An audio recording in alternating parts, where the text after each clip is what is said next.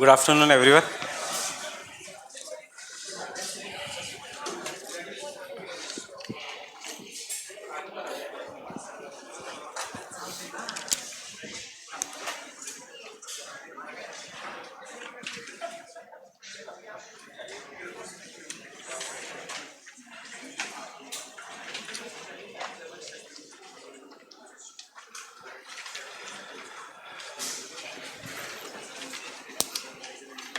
So, before I start, what do you mean by keystone species?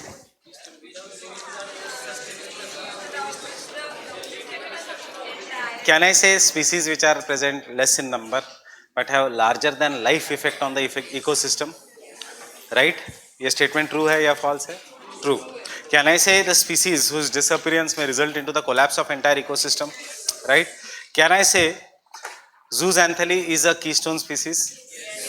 Zooxanthellae अगर नहीं तो corals नहीं, and corals नहीं तो फिर entire food chain in the ecosystem is not there. Fine. And also, so the producers be keystone species hai, and the top level consumers also is a keystone species. Can I say the crow is an keystone species? क्यों? Crow नहीं है तो कौन सी life collapse हो रही है in the cities? So crow is an indicator species. Crow is not a keystone species. So what are indicator species? Presence, absence, indicate something. It can be indication, can be positive. कि ऐसा ऐसा this is the positive thing that is there. For example, health of a tiger अगर strong है तो it indicates jungle ecosystem is proper. Or absence indicates something is missing in the ecosystem. So they can be both positive and negative effects. इसमें prelims के लिए दो example. Top level predators are indicator as well as the keystone species. Fine. Secondly, the second is lichens indicate what? Acid rainfall.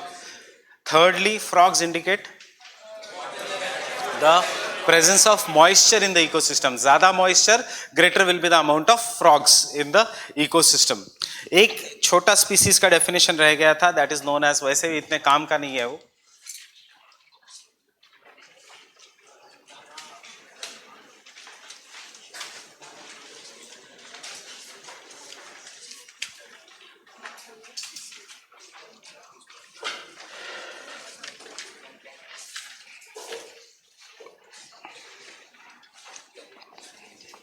When I say lion-tailed macaw, which forest comes in the mind? Western Ghats. When I say the lion, which forest comes into mind? Gir. Q? Because which is the most important celebrity of the region? गिर का lion. सो जो celebrity species है, सो जो celebrity species है किसी भी reason का, it is known as a flagship species. कहाँ पे देखने मिलता है फ्लैगशिप स्पीसीज? गवर्नमेंट के एडवर्टीजमेंट्स में. कहाँ पे देखने मिलता है flagship species? For in on the road के बैनर पे, this is my area, please don't honk. Ghats में ऐसा लिखा रहता है, टाइगर पे I get disturb, please don't press your horn unnecessarily. या कोई बर्ड दिया होगा, किंगफिशर जनरली इन इंडिया, कि this are the flagship species. Important नहीं है from the exam point of view, except that flagship species and umbrella species का importance is they are from the conservation point of view. That is, if you know the area is of that of a tiger or a celebrity है, so the people will get engaged in the conservation project. So flagship species is the species that is considered an important species of an area. मैं इसलिए ले रहा हूँ because of Mudumalai tiger reserve, नहीं तो ये लेता भी नहीं. मधुमलाई टाइगर रिजर्व में day before yesterday's newspaper, before I went to Pune, somewhere in between, उसमें आया था tiger is the flagship species of the Mudumalai tiger reserve. Sorry, elephant is the flagship species of Madumalai National Park. Flagship species means it is the most important for the presence of elephants. Therefore, considered important species of an region. And therefore used on billboards, advertisement, etc., as well as to generate awareness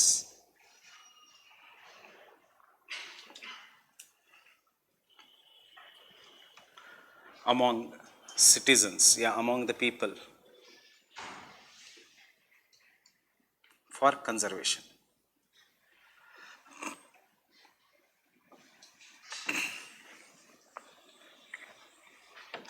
Among the people for conservation. MP की ad है, तो कभी आपको MP के ad में they will always show tiger. They will, MP में तो ढोल भी मिलता है, that is wild dog. MP में you will find even gharials. MP में you will find sambar, you will find deer, पर हमेशा tiger का फोटो होगा. Why? Because tiger is the most important celebrity. For example, that is the flagship species. BJP का हर programme के मोदी जी का photo flagship. So the flagship species, जैसे ma'am का photo on everything that comes here on this. बाकी अंदर कुछ भी हो जाए GS में, but the projection will be of ma'am. So you have to understand these are the flagship species. Fine. Umbrella species.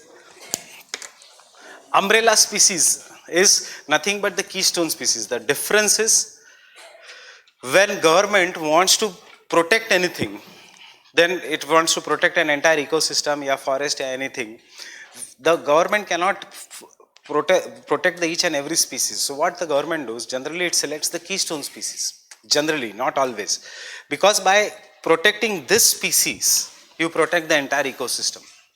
For example, when you protect a tiger, you protect an area of 60 square kilometers.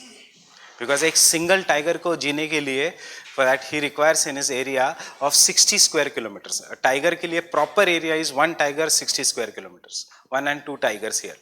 So that kind of a species जिसको protect करके you protect the entire ecosystem is the umbrella species. The difference between the keystone species and umbrella species, keystone species is a technical term. Umbrella species is only from the protection point of view. So umbrella species, again, how to identify? Project elephant, project rhino, umbrella species hai. Rhino is also the umbrella species of the Kaziranga National Park. Generally UPSC जो questions पूछेगा, XYZ National Park, XYZ Biosphere Reserve, कौन सा animal famous है, it is generally asking the flagship species. And when the government is protecting anything, why don't we have save algae, save lichens? Because lichens को save करके you cannot save the entire ecosystem, but save tiger and you are saving the entire ecosystem. कैसे? You save the tiger, it won't allow large number of wolves or secondary consumers to grow. If the secondary consumers are proper, there won't be large number of primary consumers. And if the primary consumers are proper, there will be enough amount of trees and vegetation in the forest. So this is an umbrella species. Means go home, कभी time मिलेगा तो ही, वैसे जरूरी नहीं. Project tiger का website खोलना, and project tiger में they have shown tiger very big and उसके नीचे एलिफेंट, उसके नीचे other animals. Why? Because tiger is an umbrella species. Protect the tiger, entire jungle gets protected. Fine. So this is what is known as an umbrella species.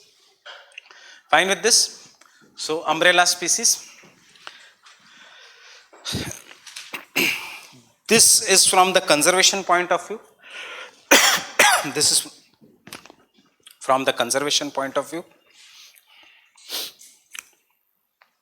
So the species which are selected for the conservation of an entire ecosystem, the species which are selected for the conservation of an entire ecosystem, which form an important part of,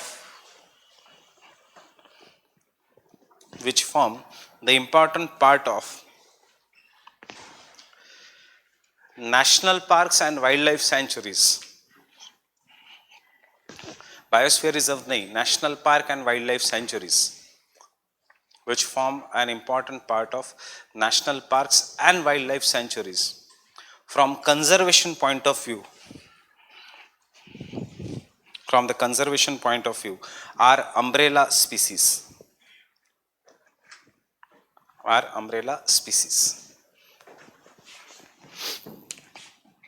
Example, the most famous umbrella species in India is tiger. Tiger is an umbrella species. एक difference अभी सिर्फ इतना याद रखना, लिखने की जरूरत नहीं. National park versus biosphere reserve में, national park wildlife sanctuary, specially national park, में the focus is on protection of particular species, इसलिए most of the species are umbrella species, while biosphere reserve में the focus is on protection of all the entire life that is present.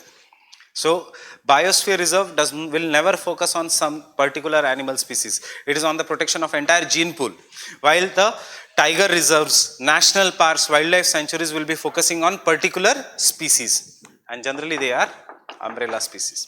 So याद रखना, biosphere reserve वैसे हम बाद में लिखेंगे for the protection of entire habitat, and national park species related focus on protection.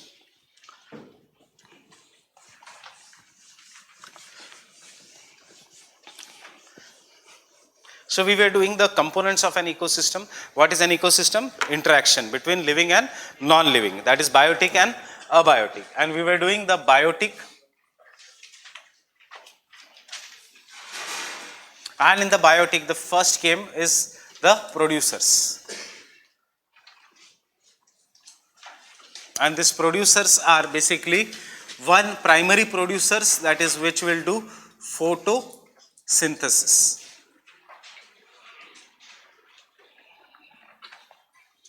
And second is the chemosynthesis. We will call them as secondary producers.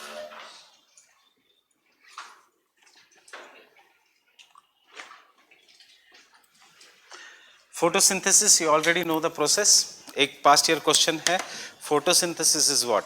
So can I say, दो options मैं दे रहा हूँ. Photosynthesis is the process. One statement is conversion of potential energy into kinetic energy, where the output is oxygen and water vapor. Statement 1.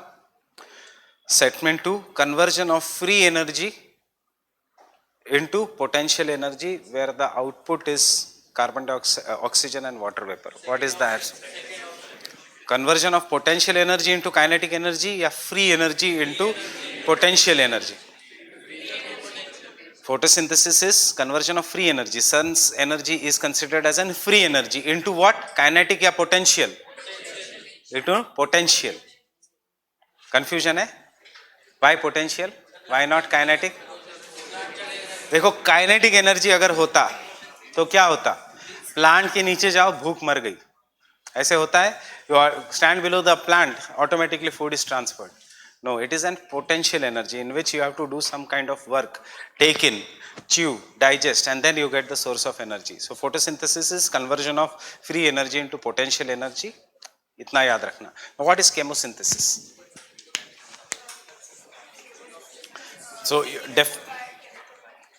So making of food by chemical processes, obviously. So you can take the definition of chemosynthesis. Chemosynthesis is a process which is used to release, which uses energy released by inorganic chemicals. Energy released by inorganic chemical reactions to produce food. Chemical reactions to produce food. यहाँ photosynthesis में organic chemical reactions, इसमें inorganic chemical reactions to produce food. Chemosynthesis occurs in the absence of sunlight. Chemosynthesis occurs in the absence of sunlight, and therefore is an important part of deep oceans as well as bacteria living along the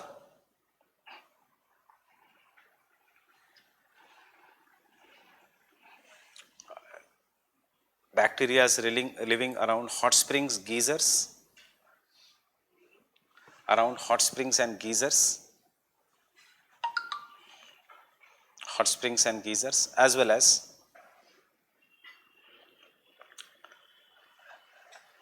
well as volcanic vents.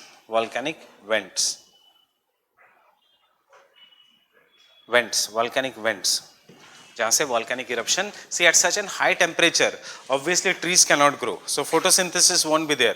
Then we have chemosynthetic bacteria. अभी काम नहीं आएगा chemosynthetic bacteria.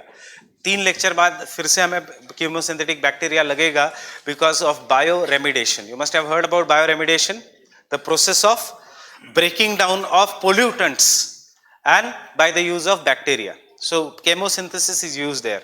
You know already chemosynthesis कहाँ पे occur होता है. You must have gone to malls, theaters, जहाँ पे waterless urinals लिखा होता है. What does it do? It uses the chemosynthetic bacteria. Without water, how do you break down the waste, organic waste? Chemosynthetic bacteria या anaerobic bacteria uses all these things. Fine? Generally, methane gas is released by these processes. Anaerobic respiration में again लिखने की जरूरत नहीं, सिर्फ याद रखना. Methane gas is released by the process of anaerobic respiration. Right? And when the methane gas is released by the process of anaerobic, कहाँ हो सकता है anaerobic respiration? Obviously below the sea floor. So gas hydrates at the bottom of oceans. Gas hydrates. Or what you say? कल मैंने gas hydrates बताया था, I guess. Fine. Shale gas at the bottom of oceans. Methane is released and trapped. Or biogas. Methane is released. Anything that जहाँ पे anaerobic respiration है, methane is released in the absence of oxygen. Rice fields, इतना ज़्यादा कीचड़ है, it is so much waterlogged कि the soil is acidic which does not allow aerobic respiration. So wetlands in the world will release methane gas. Rice fields in the world will release methane gas. Inside the cattle, methane gas is released because cattle will engage in a digestive process known as what? What is the name of the digestive process? कैसे होता है cattle का digestive process? Remuneration. Then rumination. Rumination, what happens in the process of rumination? You have seen cattle कुछ खाएगा, it will put it inside. थोड़ी देर बाद it will take it, फिर से chew, फिर से it will put it inside. थोड़ी देर बाद it will take out, chew and put it inside. So बाहर aerobic ठीक है, अंदर जाके it becomes anaerobic. इतने बात. And इसीलिए animal husbandry industry is related with methane emissions and global warming. This is what happened in Katowice. Katowice में it was recognized कि rice field से ज़्यादा it is the animal husbandry industry of the developed nations which is causing global warming because methane is more powerful a greenhouse gas than the carbon dioxide. More powerful. But आपका past year UPSC question है, I will discuss that later on. उसमें पूछा है methane is released by anaerobic respirations, true or false? The most important source of methane is rice fields, true or false? True. Methane is a dangerous gas, true or false?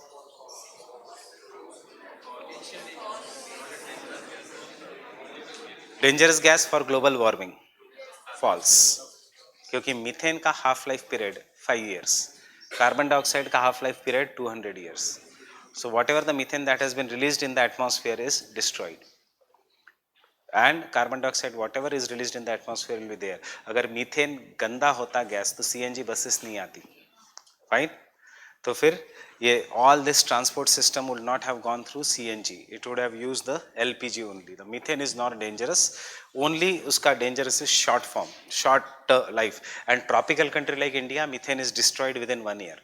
Whatever the methane that is released, it is destroyed within the 1 year. Maximum life of methane, tundra region में.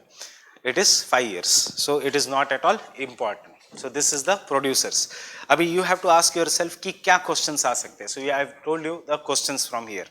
Second करने के लिए questions कभी नहीं आएंगे is the consumers.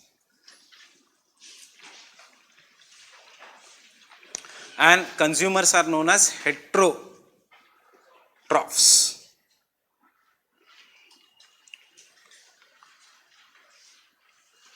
Autotrophs. Because they can manufacture their own food. We cannot manufacture our own food. We are other nourishing. We are not dependent. तो मैंने एक पूछा था आपको climate में भी. Why we are heterotrophs? Green color T-shirt. He cannot go out and do photosynthesis. Therefore, he still has to eat plant. Fine. So that is what is known as consumers. We cannot manufacture our own food. अब थोड़ा ये जो जितना भी whatever I tell you, इसको बाद में application में लगेगा, because UPSC will ask you an applied question. Due to photosynthesis, due to ocean acidification, corals are destroyed, एक ऑप्शन देंगे. The entire oceanic food chain is destroyed, दूसरा option देंगे. क्या? If you know corals are destroyed and therefore zooxanthelle is destroyed, so obviously the entire food chain will be destroyed. Fine. So ऐसे आएगा, because we cannot manufacture our own food. we में humans आएंगे, we में fishes will come, animals will come. So if you destroy producers, entire food chain is destroyed. So consumers or heterotrophs, I will give you that only in points because इसमें से question नहीं आएगा. Other nourishing, other nourishing, they are known as other nourishing, other nourishing. They are divided into herbivores,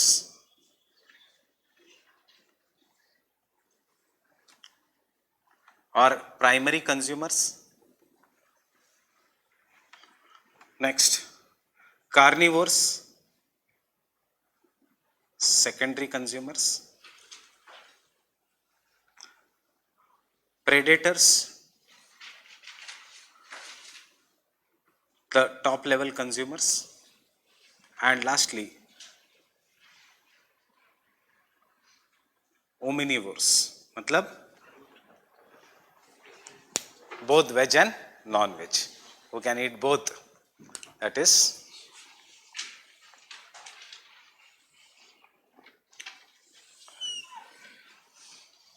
so you can draw this diagram.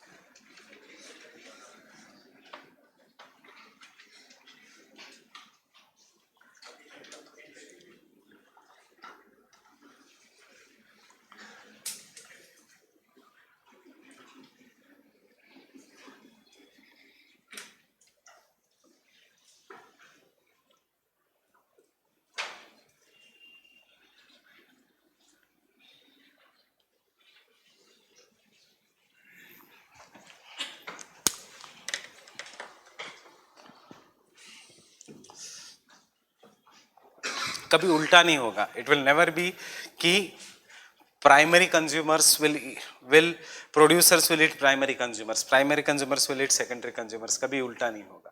So this is what is the biotic components are always arranged in hierarchical order, and that hierarchical order is known as pyramids. They can be pyramid of energy, they can be pyramid of biomass, they can be pyramid of numbers, or this can be a simple food chain.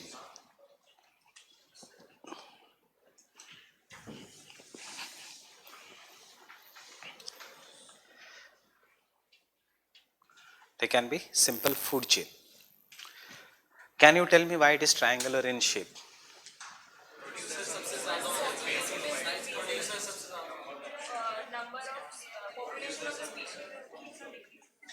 जैसे हम ऊपर जाएंगे तो population of species will keep on decreasing. Sure?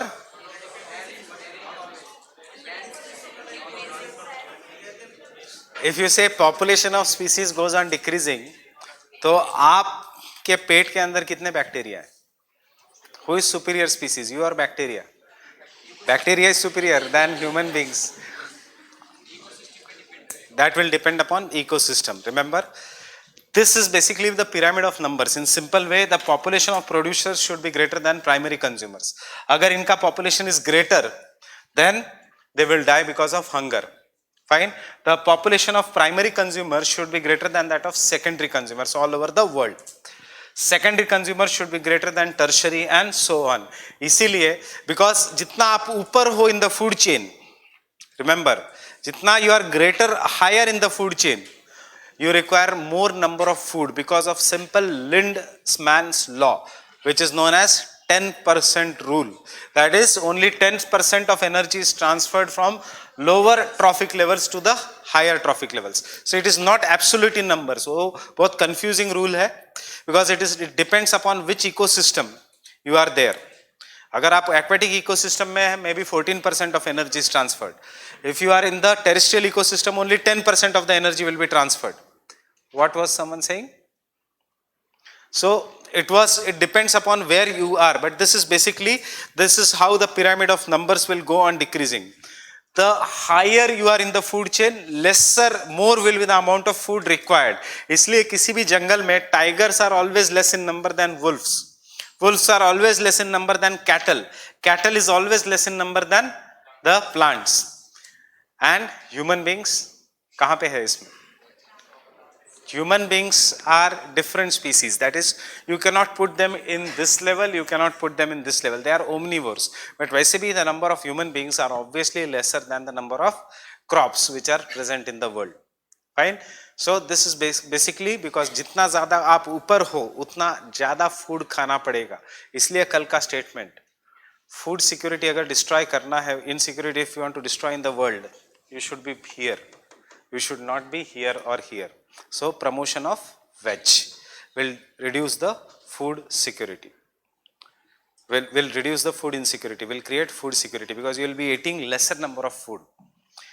Your body will be requiring lesser number of the energy because you are getting pure form of energy in the form of photosynthesis as per 10% rule. Because if there is 100% energy here, only 10% of energy is given here. This person has only 1% of energy. This has only 0.1% of the energy which is present here. And this has only 0.01% of energy. 10% rule say only this much energy is transferred, baki ka used in the process of living. So the greater you are, more amount of food you will have to eat. So jab you want to eat, if you are eating non-veg, that non-veg is going to eat the food crops. It is going to store the energy. Uske baad you are going to eat that non-veg. Fine. If you are eating more higher amount of red meat, then you are eating more amount of food because that cattle is also eating some kind of an crops. So higher you are in the food chain, you are harmful for the ecosystem. You are harmful for global warming. You are harmful for resources. Why global warming? Jitna higher you are in the food chain, utna, if you are eating more of a non-veg, utna more carbon emissions you are doing. Chicken खाने से भी carbon emissions. कहाँ का chicken अच्छा लगता है? KFC, Kadaknath. So कड़क. If you see, अब ये थोड़ा different है. We have to consider from the Indian point of view versus from the Western point of view. ये जितने भी rules है, they do not apply to the Indian point of view, but they apply to the Western point of view. Western point of view, they will eat the chicken, they will grow the chicken in the poultry farm artificially. Fine. Chicken को कैसे grow किया जाता है? How artificially? That means they are subjected to light. And गर्मी से फिर अंडे में से chicken comes out. Then they are given antibiotics. And thus they become bigger in size. जैसे they grow, what should be done, what should occur in 6 months will occur in weeks. And they will land up in your store. When they land up in the store, you eat them. Fine. जब भी हम खाते हैं, you क्या, मैं भी, I also eat them. So this is, I forget this as soon as I leave the class. So what happens is, now you see the Western model, MACD, KFC. They engage in more and more processing, and this processing is done in industries. and more processing in central industries, uske baad there is a transportation involved, there is a storage involved, there is a processing involved, there is a refrigeration involved. Each of this is energy consuming. Jitna transportation, 19 gigatons of carbon dioxide is released. Jitna refrigeration, it is said that 12 gigatons of carbon dioxide is released. Jitna more processing, utna more water is used. For example, to grow 1 liter of wheat, 7 liters of water. To make 1 kg of brown bread, 27 liters of water. To make 1 kg of chicken, 107 liters of water. To make 1 kg of cookies from the same wheat, 700 liters of water. And to make 1 kg of red meat or beef, 70,000 liters of water is required. क्योंकि ज़्यादा धोना है. Therefore, याद रखना, promotion of veg is good for biodiversity, promotion of veg is good for climate, promotion of veg is good for food security. Just ये याद रखना. So promotion of veg. So India में ये rules does not apply because हम process नहीं खाते. हम लेते हैं chicken and we cut it inside the house and we make it. हमारे इसमें processed chicken नहीं है. Processed chicken means उसको जाके फिर और उसको सॉसेस से उसको और स्टोर करना, उसको और श्रेड करना. बट दिस अप्लाइज टू जितना ज़्यादा प्रोसेसिंग है. For again example is Maggi. Maggi comes from processed wheat, that is maida.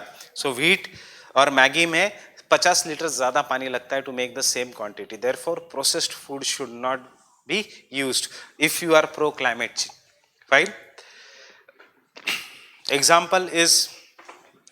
Example is many of the European countries are now promoting vegetarianism, to becoming vegan, what you say. Secondly, so you remember anything that is sustainable agriculture या sustainable way of living में अगर आता है promotion of veg, yes or no? Yes. Avoid non-veg, promote veg, that comes, everything will come in sustainable. Fish is not considered in this. क्यों? Because fish does not feed on the crops. Fish will feed on phytoplanktons. Natural fish will not come in this. Red meat comes in this. Fish से इतना ज़्यादा फर्क नहीं पड़ता because there is no other option. But red meat is harmful. और उसके बाद red meat के दूसरे हार्मफुल LDL, वो सब तो अलग ही है. Cholesterol level etcetera is different. Example is Kadaknath, only chicken which does not cause cholesterol and therefore they have been given GI tag. कौन से स्टेट में? Kadaknath, in the Madhya Pradesh. Fine with this? I guess you have read about the Kadaknath. So you remember this diagram and just note down somewhere, that is the sustainable living,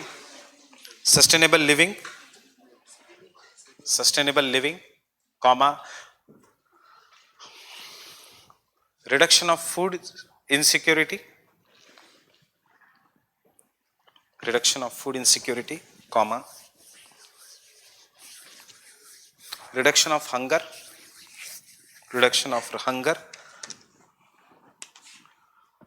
and reduction of carbon footprint.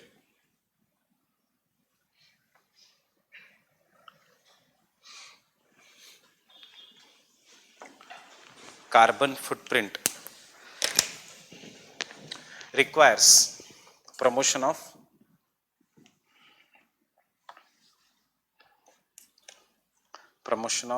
veg. Fine with this? Nothing else from this part, only this question may come. And lastly, see, once we are here, what will happen if we die? Any of this dies, it gets converted into, this will get converted into humus.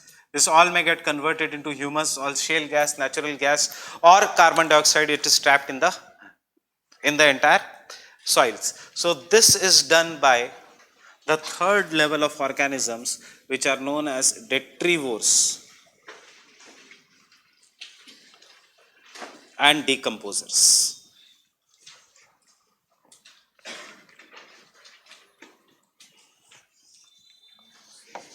Yes.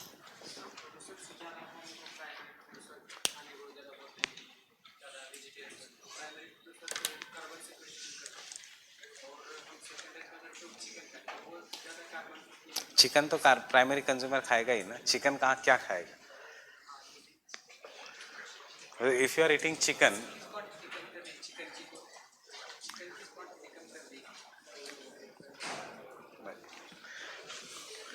detrivores and decomposers.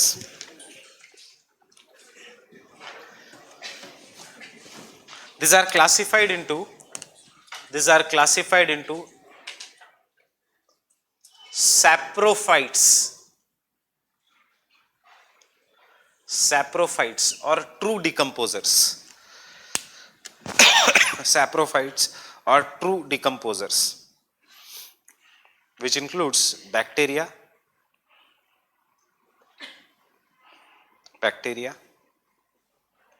fungus,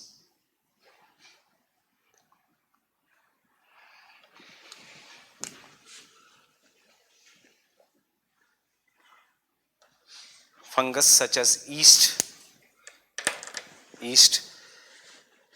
mushroom. Mushroom is what? A kind of an fungus. Mushroom and molds. So आपको एक past year question कितना simple था, इसमें दिया था fungus, bacteria and virus which will come in decomposer. So only fungus and bacteria, virus नहीं. Getting it? you by looking at this question, देखो questions कैसे आ रहे, कहाँ से आ रहे. So don't waste time, because if you read Shankar IS or any of the book, this area has 300 pages और जो main area है उसमें से 50 pages है. Questions generally main area से आ रहे हैं, वो भी पूरे current में से.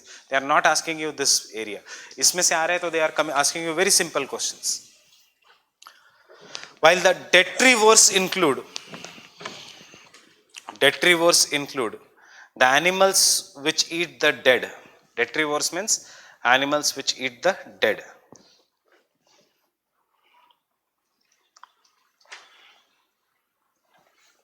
Animals which eat the dead, which includes earthworms,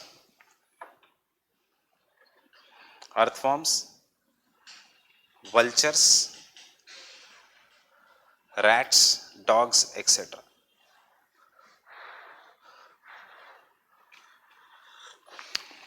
Who is the top level detrivore? Vulture. So हम इनको क्या कहते हैं? Even scavengers. Vulture is the top level detrivore. Why? अब based on this, I am asking you one simple question. Based on this diagram itself, इसलिए मैंने रब नहीं किया.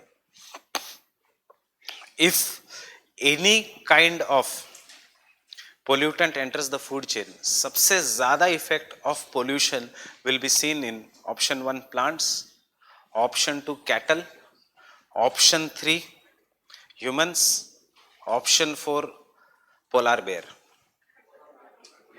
सबसे ज़्यादा effect of pollution will be seen in option 1 plants, option 2 cattle, option 3 humans, option 4 polar bear. कोई भी pollutant enter करता है, so सबसे ज़्यादा concentration of pollutant will be at the top level of the food chain, क्योंकि वो सबसे ज़्यादा खाना खाएगा. अब खाने में pollution है, there is pesticide in 100 grams में, if 1 gram of pesticide is there, सबसे ज़्यादा कौन खाने वाला है? Polar bear. क्यों? क्योंकि it will eat plants. Plants will be eaten by some of the cattle. Maybe cattle will be eaten by humans and human will be eaten by the polar bear. Fine. So amount of pollution will be maximum in those animals which are at the top of the food chain. हमेशा. क्यों? Because simply it is going to eat more food. अब वो मरे हुए animal को कौन खाएगा? Vulture. So जो कितने, maybe 1 gram of pollutant is there in 1 kg of rice, in 1 kg of plants. This animal is eating 10 kgs of plant. So उसमें 10 grams हो गया. Fine. It is being eaten by human beings. जो 10 beef cattle खाता है हर, so कितने ग्राम हो गए? 100 grams. And polar bear साल में 3-4 human beings खा लेता है. So 300 grams. After death, vulture is eating maybe 10 polar bears. So 300 grams become 3 into 10, 3 kgs of pollutant in vulture. Getting it? So this process is what is biomagnification. हम separately करेंगे. But you should know why vultures are getting extinct in India. Why? Because of simple process, we are using diclofenac as a painkiller, commonly used in human beings also, commonly used in cattle industry also. But the cattle ka carcass or cattle ka dead bodies are left out in open, which is eaten by the vulture. And because vulture is at the top of a food chain, or it is a saprophytes, the concentration of that diclofenac in their stomach or intestine increases, which causes intestinal rupture, and thus the vulture is dying. Vulture nahi, if you eat the same amount of diclofenac, you will also experience the same thing. इसलिए कहा जाता है बहुत ज़्यादा paracetamol मत खाना, अगर otherwise liver खराब हो जाएगा. कॉम्बीफ्लैम is not should not be given without doctor's prescription. Vicks Action 500 या extra ये जो medicines have been banned. Why? Because they all cause the same thing, intestinal and liver का malfunction, because they are harmful to liver and kidney, but सबसे ज़्यादा harmful to one which is at the top. So one thing here, application you write down.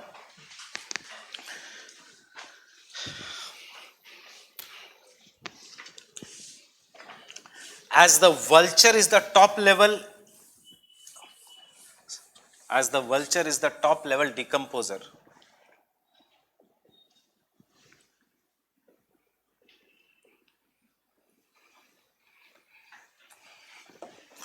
excessive and unregulated use of diclofenac, excessive and unregulated use of diclofenac is causing intestinal rupture or internal rupture in vultures, intestinal या internal ruptures in the vultures, resulting into extinction of vultures.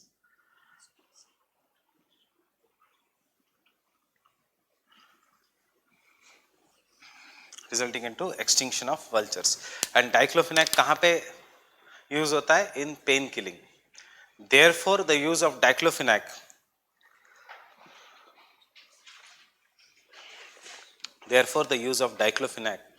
has been banned in veterinary medicine industry. Has been banned in veterinary medicine industry. Diclofenac has been banned in the veterinary medicine industry. Fine. ये सिर्फ एक example है. Recent examples will do when we'll come to the topic of biomagnification, bioaccumulation. But vulture का is important topic. There has been 3-4 questions regarding the vulture. Why the vultures in India are getting extinct? Reason is because, not because doctors को पता नहीं है. Reason is in villages most of the doctors are quacks. Quacks मतलब fake doctors, and therefore they will give the fake medicines. कुछ भी हुआ diclofenac.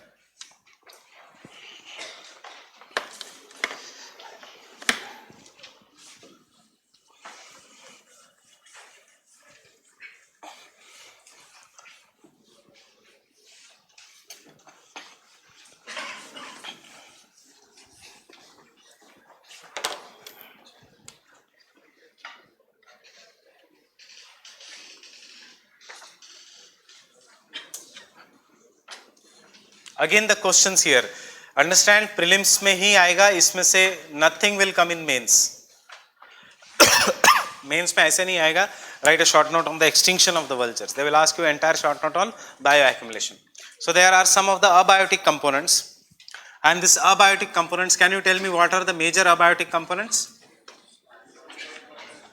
Light. Can I say nutrients? Can I say एक important oxygen? Can I say moisture or water?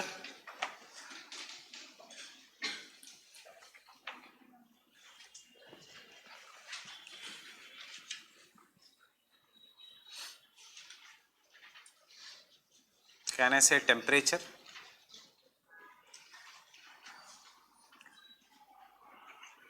These are some of the abiotic components. Even sunlight is a abiotic component.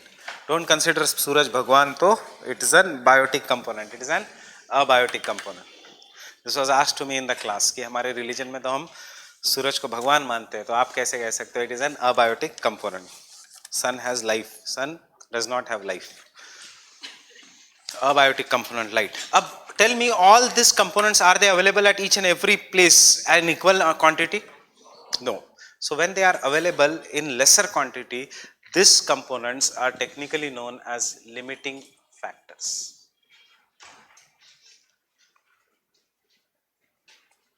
And questions will come from limiting factors. They will not ask you कौन सा है abiotic components.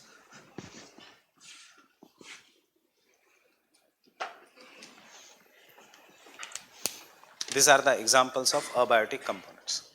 Fine? Can I continue इसके आगे? When this abiotic components, have you written this? When these abiotic components are available in lesser quantity,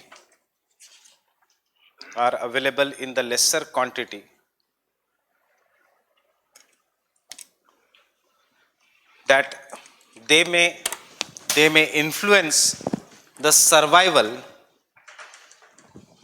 or the conditions of an ecosystem. They may influence the survival or conditions of an ecosystem. They are known as limiting factors. Survival or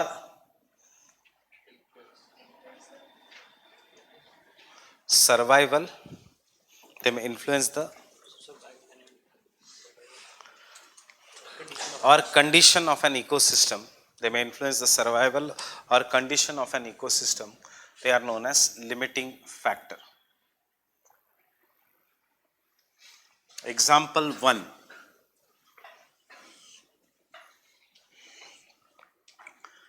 Sunlight is a limiting factor. Sunlight is a limiting factor below the depth of 200 meters in aquatic ecosystem. True or false? Yes. Sunlight is a limiting factor below the depth of 200 meters in the aquatic ecosystem. इसलिए हम कहते हैं this as a photic and this as a aphotic. So, fine with this? Sunlight किसके लिए important है? So, that is the next point. Sunlight is important for photosynthesis. And photosynthesis से क्या मिलता है? Photosynthesis का outcome क्या है? Oxygen. And photosynthesis is required for oxygen.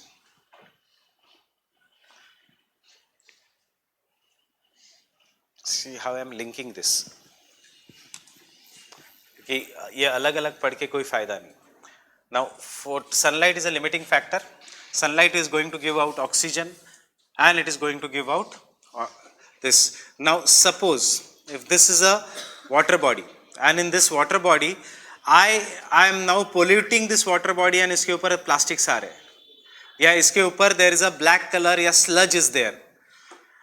This sludge is blocking the sunlight, right?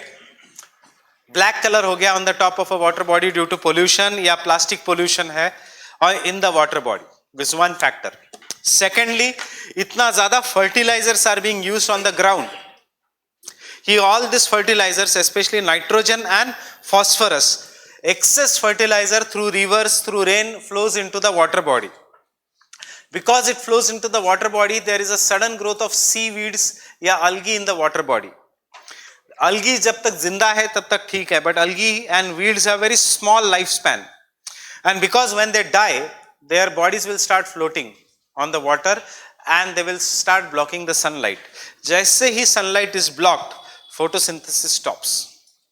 As the photosynthesis stops, whatever the plants or weeds are there inside the water body, they will start dying. And therefore, they will give out carbon dioxide. Anything that dies gives out carbon dioxide. So, the amount of carbon dioxide will increase and the amount of oxygen will decrease. As the plants start dying, fishes which are there on the plants or the animals which are there on the plants, they will also start dying because they will not get food. They will all start releasing the carbon dioxide in the water, and unka bodies will also start floating on the top. As a result of this, the amount of oxygen in the water body will decrease. As the amount of oxygen will decrease, initially there will be a demand for oxygen to decompose their bodies, and we will call this as biological oxygen demand will increase. Demand for oxygen will increase. Uske baad there won't be even that much oxygen which is required for breaking down of inorganic substances for some chemical reaction. Ek to oxygen is required for bacteria to decompose. There are some of the aerobic bacteria jo decompose karenge, unko chahiye oxygen for survival, and aerobic bacteria. So that is biological oxygen demand. There are some anaerobic bacteria which do not require oxygen for survival, but they require oxygen for chemical reaction of oxidation. Getting it?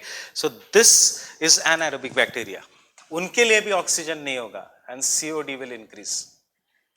Ultimately, this entire lake will become polluted and it will turn black in color. So when light is a limiting factor, then biological and chemical oxygen demand increases, and BOD and COD is an indicator of water pollution. This is what I wanted to tell you. Getting it, everyone? Everyone? Why BOD and COD is an indicator of water pollution? Because oxygen level is less, इसलिए उसका demand is more. क्यों demand is more? For decomposition of organic waste, biological oxygen demand. Q demand is more? Decomposition of all kind of waste, includes organic and inorganic, chemical oxygen demand. Then come to National Green Tribunal. National Green Tribunal uses the measure of BOD and COD to assess the water pollution in the lakes. If BOD is high, that means यहाँ पे there is more of an organic waste, lake साफ हो सकता है. But if COD is high, that means इसमें heavy metals भी है, lake साफ करना is challenging task. Right? Organic waste को साफ करना बहुत आसान है, but inorganic waste को, heavy metals को साफ करना मुश्किल है. Therefore, it is a challenging task. So where we use BOD and COD to indicate the level of water pollution. किसने बोला था? National Green Tribunal uses the concept of BOD and COD. पूरे world पे use होगा. But क्यों lakes become polluted due to plastic? Because they become dead lakes. Why they become dead lakes? Because plastic will not allow the penetration of sunlight. Fine with this? Then come to the recent, therefore, the plastic pollution is making oceans as biological deserts. Matlab dead zones. What do you mean by biological deserts? No life is possible. Then come to current affairs. ये तो एक normal plastic हो गया. Plastic has been banned by numerous countries. हमारे India में भी बहुत सारी कंट्रीज ने, सिटीज ने, स्टेट्स ने प्लास्टिक बैन किया.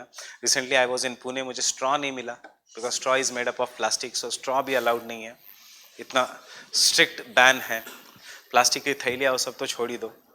सो but then what comes out is over the period of time micro beads. Micro beads को आप बैन नहीं कर सकते. आज भी इंडिया में वॉलनट स्क्रब अवेलेबल है मार्केट में, कोई भी स्क्रब अवेलेबल है मार्केट में. हेड एंड शोल्डर्स का मेंथॉल वाला शैम्पू अवेलेबल है मार्केट में. So they do not have menthol और anything, they have micro plastics जिसको हमें उल्लू बनाया जाता है कि सेइंग कि उसमें वॉलनट है. It has nothing to do, no walnut, nothing. It has micro blades which will have exfoliation effect. For example एक फेमस टूथपेस्ट है ग्लिस्टर या क्लोजअप, डायरेक्ट लिखा होता है white polishing due to micro beads. All this are plastic which will enter in our body. अगर हम कुछ follow या स्क्रब अगर यूज करते हैं which will enter into the drainage. When they enter into the drainage, they will go through the entire drainage system and end in the rivers के बाद in the sea. सारा garbage कहाँ पे जा रहा है? समंदर में. Fine. Even दिल्ली का garbage is going and ending in Bay of Bengal. Right? Treatment plants कहाँ है इंडिया में? There are no treatment plants. Namami Gange project में भी treatment plants कम है, though there has been strict implementation in some of the cities. But this microbeads are made up of some, their chemistry is changed in such a way कि आप face में इसलिए use करते हो because they can pull the dirt. अब use the same thing, face से ज़्यादा they pull the dirt from the drainage system because they are porous. उनकी पूरी जर्नी में they pull the dirt, ultimately they will be eaten by the fishes, fishes will be eaten by the human beings, और वो पूरा dirt लेके they come in our body, and therefore microbeads are causing pollution in the oceans. एक तो they are causing the blocking of the sunlight and they cause pollution in the ocean. So these are the two things from current affairs related to the plastic pollution, only from prelims. Mains में तो ये unending topic है, but from prelims point of view this is why the plastic pollution is dangerous, because plastic cannot be destroyed. Getting it? So Netherlands becomes the first country in the world to ban the use of scrubs, microbeads. USA bans microbeads. India के ऊपर we are saying we are going to take strict policy decision regarding the microbeads. So but nothing happens. So fine with this? Have you understood this? Yes.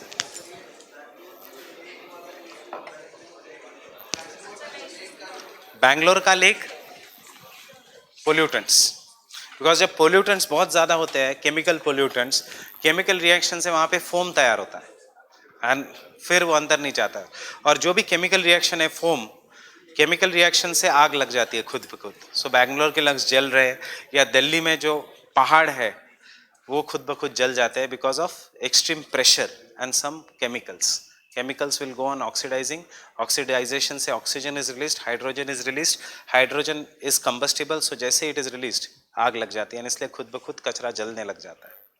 See, Delhi में it is not allowed to burn the garbage in the open. फिर भी आप देखते हो most of the times जो दिल्ली के बड़े बड़े garbage के mountains हैं, कहाँ पे है? दिल्ली के outskirts पे. एक गाजियाबाद जाते हुए, एक हरियाणा जाते हुए रोहिणी के पास बड़े माउंटेन्स है गार्बेज के. So they are even higher than mount Abu, the highest point of Aravallis. सो वहाँ पे खुद ब खुद आग लगती है. क्यों गवर्नमेंट खुद का डिसीजंस फॉलो नहीं करती? No, that is not the case. It is because of some chemical reaction they burns spontaneously. Hydrogen जब रिलीज होगा, and hydrogen will be trapped in the gases, hydrogen जब रिलीज होगा then they will burn automatically. I will come to that process in allopathy also. What is allopathy? It is a process by which big trees ensure that small grasses do not grow in their surroundings. It's all about survival of the fittest. So coming to this,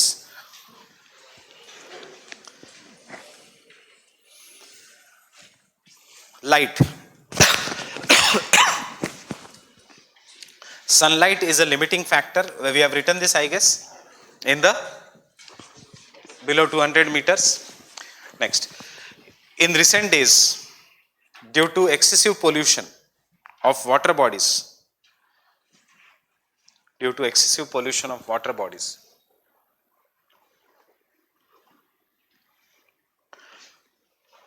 by chemicals, by industrial chemicals,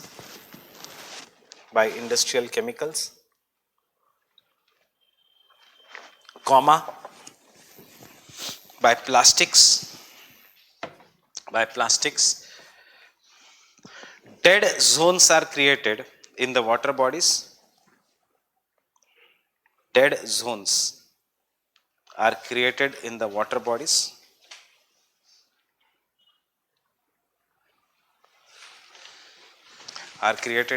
bodies. Because as the sunlight is limited,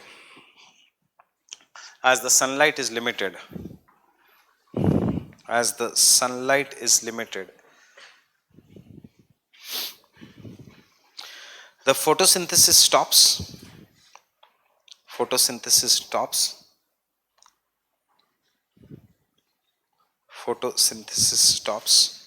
and hence biological oxygen demand and chemical oxygen demand, you can write BOD and COD, increases.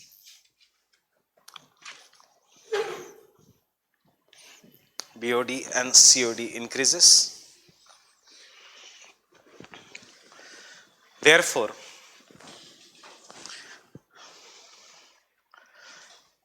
the amount of oxygen reduces, which indicates BOD and COD increases, which indicates that the amount of oxygen has reduced, has reduced. Amount of oxygen has reduced, making the water bodies of the world a biological desert.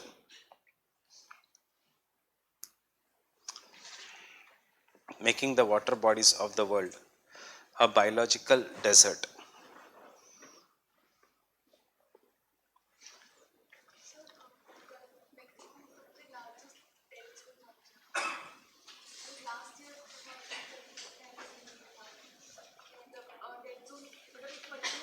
Sargassous, that is different, that is different. वो सार्गेसुसी वाला area is different, वो natural है, वो natural है. जो ये biological desert वाला जो कंसेप्ट है, what you are saying is that gulf of Mexico वाला रीजन नहीं, जो अभी रिसेंट न्यूज में था, पर्शियन गल्फ वाला रीजन, पर्शियन गल्फ के नीचे स्ट्रेट ऑफ होर्मुज वाला, जो सबसे बड़ा डेड जोन बन गया है वर्ल्ड का. Pacific Ocean, the world's largest biological desert. What you are saying gulf of Mexico, that is just one news. उसमें से some part is becoming a dead zone, some part is not, but it is no longer the world's largest dead zone. World's largest dead zone is in the Pacific, a patch in the Pacific जहाँ पे no life is there. Second largest dead zone is in Indian Ocean, Strait of Hormuz और बाबल मंडप के पास. So वहाँ पे तो पिछले साल पूरा पानी लाल कलर का हो गया था because of certain kind of an algal bloom just near the coast of Oman, because of certain kind of an algal bloom. Fine. Thus BOD and COD are indicators of water pollution. Thus BOD and COD are indicators of water pollution.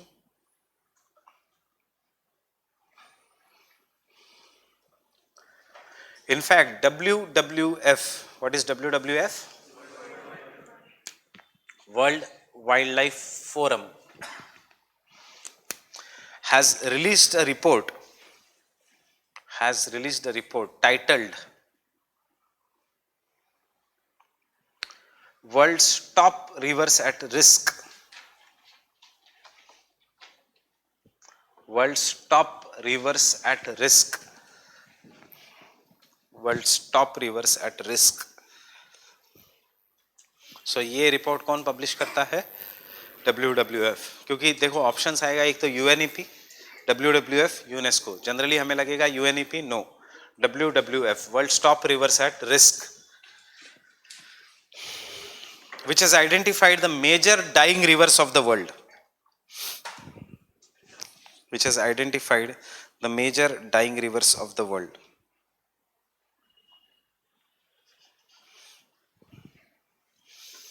Five out of 10 dying rivers.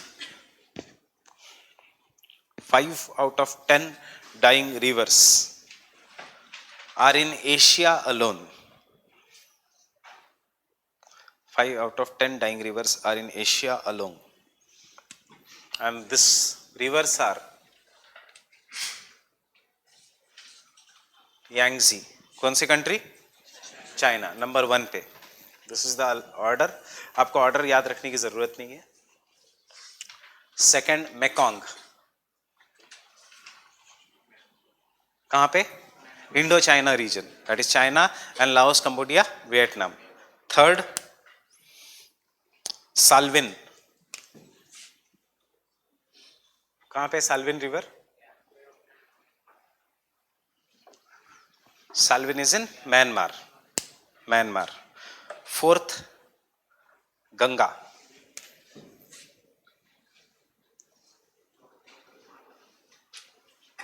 And fifth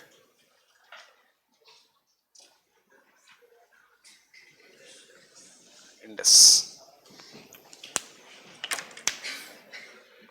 These are the top 5 most polluted rivers of the world in the terms of major rivers, not in the terms of minor rivers. किनको कहते हैं? These are the dying rivers of the world. They will be soon a dead zone. No life will be there. So उसमें से देखो top 10 में पांचों की पांचों एशिया की. एशिया क्या, अपने नेबरहुड की है सारी reverse. So Yangtze is not dying because of pollution. ये भी खासियत है. Yangtze is dying because of too much of dams on the river. बाकी की सारी is due to pollution. Pollution के कारण, because of pollution, the topmost drying river of the world is Ganga.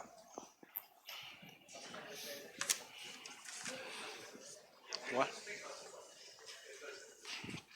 Indus, Pakistan. Pakistan. Once it enters Pakistan, there is pollution. Enough pollution in the Indus River also. Fine? Fine with this? So, second. So, you have understood where the light and oxygen can be a limiting factor. Moisture. Moisture is a limiting factor. Is a limiting factor in the desert and grassland or savanna grassland biome.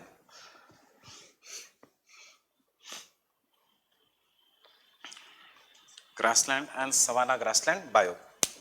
Moisture is a limiting factor in the grassland and or desert and the savanna grassland biome. Therefore,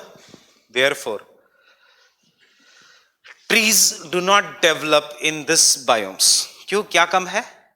Moisture is less. Therefore, the trees do not develop in this biome because the moisture is less.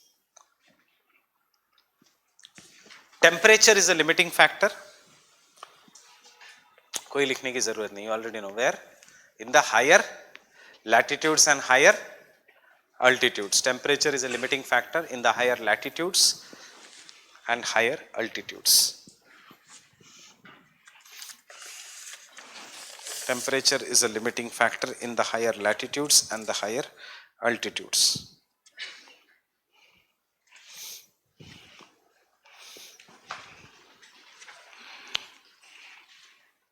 In the higher latitudes and the higher altitudes. Fine. So with this background, question number 37.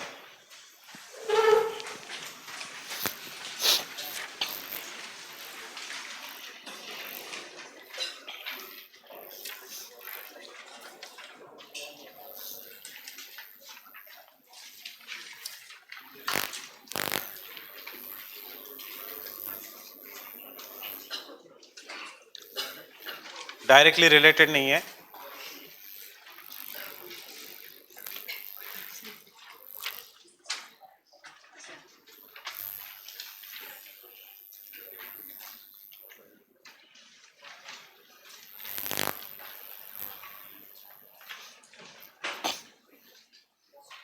What will be the answer?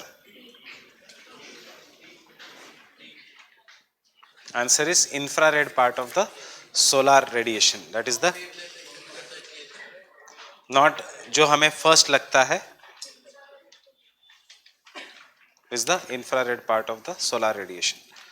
So till the time, let me find out जो मुझे पूछना था.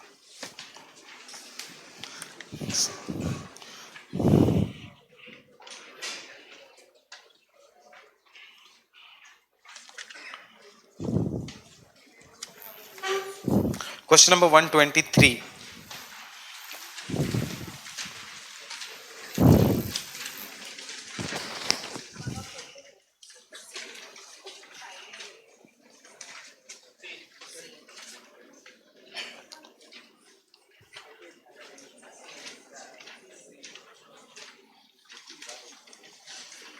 What is the answer? BOD is a standard criteria for pollution in aquatic ecosystem. Pollution as say होना चाहिए in the aquatic ecosystem. Pollution in the aquatic ecosystem.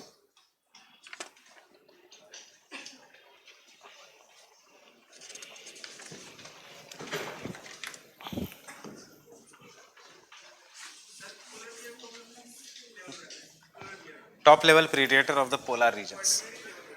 हाँ, predator मतलब quaternary level. क्योंकि polar bear से ऊपर कोई predator नहीं in the polar regions. Only polar bear. Polar bear is the biggest predator on the land.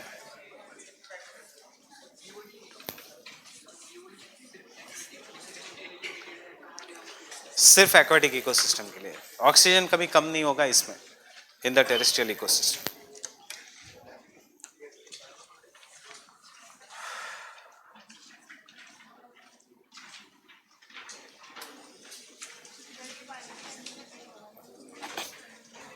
You must have heard about this word ecotone. What is an ecotone?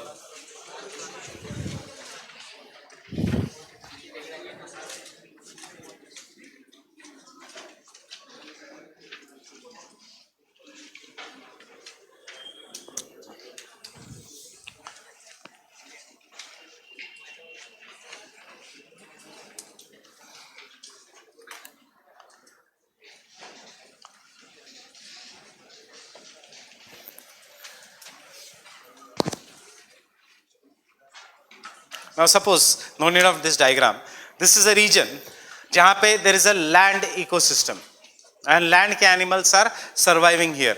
This is a very shallow region and then उसके बाद deep sea starts from here. So यहाँ पे we have an aquatic organisms which are there. Fine. So दो different ecosystem, एक पूरा aquatic, one is totally based on land. It can be grassland, it can be anything. But in this region, you can see this is generally photic in nature. And because it is photic, especially जो region कम depth पे है, will the phytoplanktons grow in this region? Yes. So the phytoplanktons are the plants which are surviving, microscopic tiny plants which can survive in the water bodies which are dependent on sunlight will grow. Maybe we will have a coral reefs also in this region. Fine. So it can be barrier reef, it can be lagoon, it can be anything. Maybe we will have a mangroves in this region. Fine. So what will happen in this region, because the food is available here, fishes which from the deep sea will come to eat the plants in this region. Fine. Because there is small tiny fishes which feed on phytoplanktons, large fish will come in this region. Because large fish is greater in number, maybe shark bhi aayega idhar. Because shark is there or the fishes are there, there will be birds in the sky which will be ready to eat the fishes. There may be crocodiles here. Because pani hai, isliye deer will be here. Most of them to drink the water. Because more number of animals hai, isliye tigers will be here. And because everything hai, even human beings can be here as hunters or as tourists. So what is happening in this zone? This zone is very narrow, but it is very high biodiversity. Very high bioproductivity. क्या फर्क है biodiversity, variety, bioproductivity, life and death. Where there is a large scale bioproductivity which is occurring in this region, and such a transition zone which separates two different ecosystems and has conditions which are common to both the ecosystem is what is known as an ecotone. What is the characteristics of an ecotone? एक ही कि it has very very high biodiversity. So one characteristics is bioproductivity, biodiversity is very high. Second characteristics is as we go from one part of ecotone to another, some species will reduce in number, some species will increase in number. That is, यहाँ से यहाँ जाओगे तो land species will reduce, aquatic species will increase. Secondly, if you go from here to here, exactly reverse. Third, food is available in larger quantity in the ecotone. And therefore, ecotone has greater density of species belonging to both the ecosystem in that narrow region. And because it has greater density, क्योंकि खाना available है वहाँ पे, therefore ecotone is known as zone of tension. क्यों zone of tension? Because there is always the fight for the food. Now there are some species which will be common to both, but there will be some species which will grow exclusively in this region. Which are the species in my here? Mangroves. You will not find anywhere else. Phytoplanktons, maybe corals. So such species which grow only in that region are known as edge species.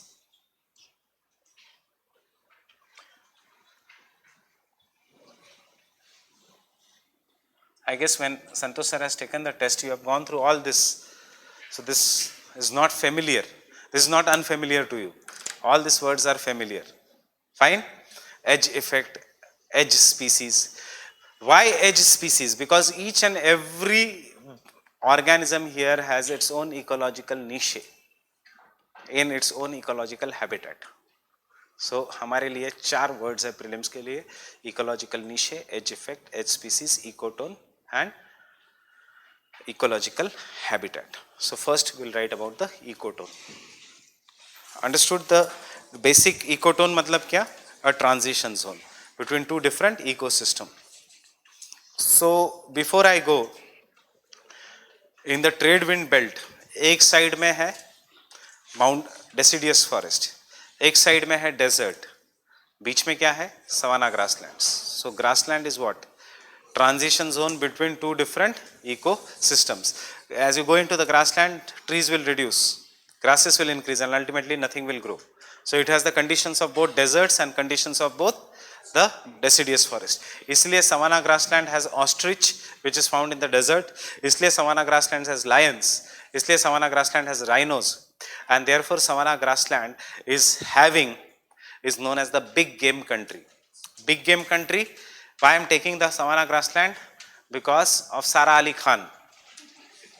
Sara Ali Khan ने photo निकाला एक along with the Masai tribe which was criticized. So Masai is a tribe belonging to the savanna grasslands. मैंने किया है, सिर्फ आपको याद दिला रहा हूँ. Masai is a tribe belonging to the Sara Ali Khani, right? So the Masai is a tribe that belongs to the savanna grasslands of East Africa, tallest people in the world, and they are known for drinking blood from the cattle, zebu, milk, instead of milk, without killing the cattle. So ये याद रखना, savanna grasslands पे question आ सकता है. वैसे भी savanna grassland is one of the favorite along with Mediterranean of UPSC. So go and revise the savanna grasslands. I will tell you some of the important points here. So ecotone.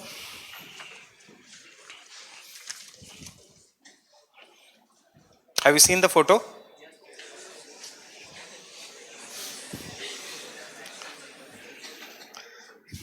So you can take the ecotone.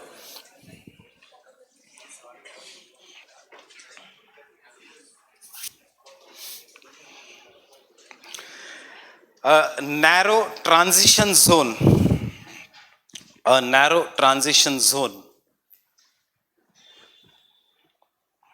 A narrow transition zone between two different ecosystems. Underline the word different. Two different ecosystems or biomes. जैसे मैंने कल बताया, we can use the word interchangeably. Two different ecosystems or biomes where members of both the diverse ecosystem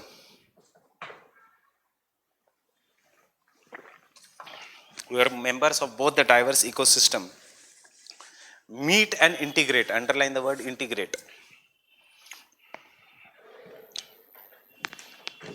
Meet and integrate is known as an ecotone. Is known as an ecotone.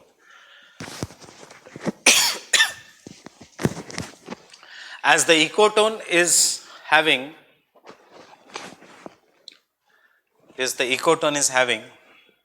conditions intermediate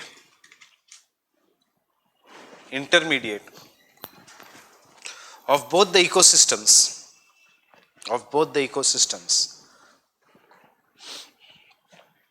the number of species,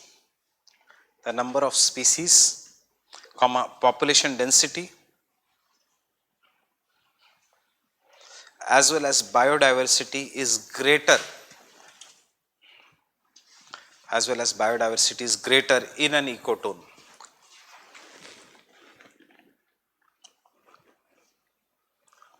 Is greater in an ecotone.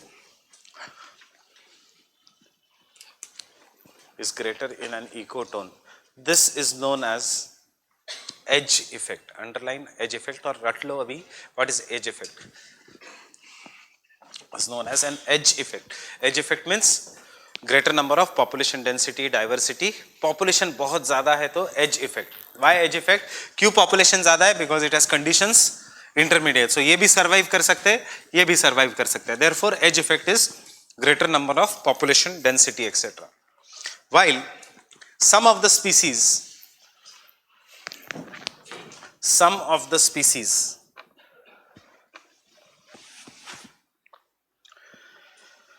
are exclusively present in the ecotone.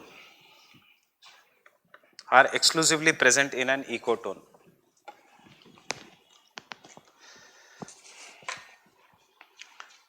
And such species are known as edge species. Such species are known as edge species. Ecotone is also known as the zone of tension. Ecotone is also known as a zone of tension because of greater biodiversity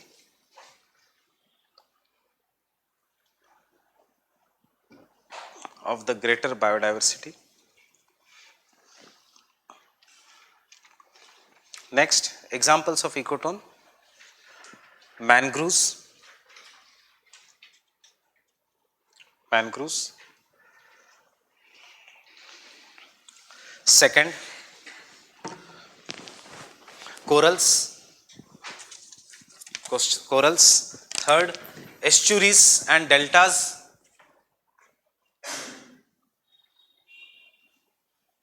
Estuaries and deltas. Fourth, grasslands. Fourth, grasslands. Fifth,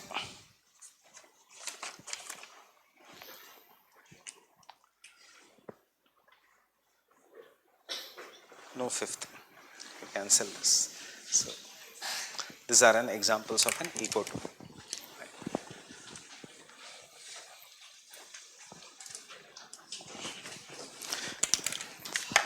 देखो अब मैंने जितना लिखवाया है, tell me will intertidal zone come in the ecotone? Intertidal zone मतलब जहां पे high Tide low tide दोनों है. Yes, they are nothing but estuaries and deltas.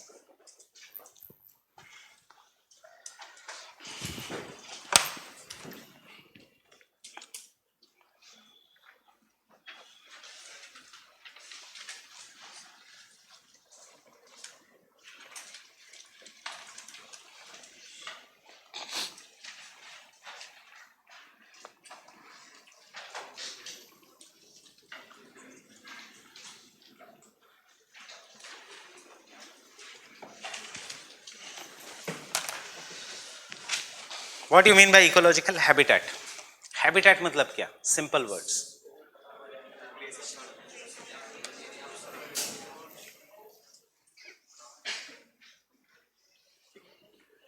घर, habitat means, so what is the habitat of tiger? What is the habitat of human beings? Fine. Can anyone tell me what is ecological niche?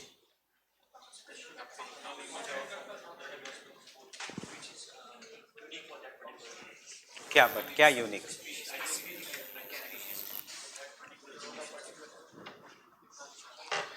Tiger is present in India. For example, in the Pench Kana Biosphere Reserve, tiger is present. So it is a habitat of tiger. Deer is present, it is a habitat of deer. Adivasi population is present, it is the habitat of human beings. Birds are present, it is a habitat of birds. But lion है Pench में नहीं. Identify a single national park in India where both lions and tigers are present simultaneously. कोई है? A national park in India where both lions and tigers are there.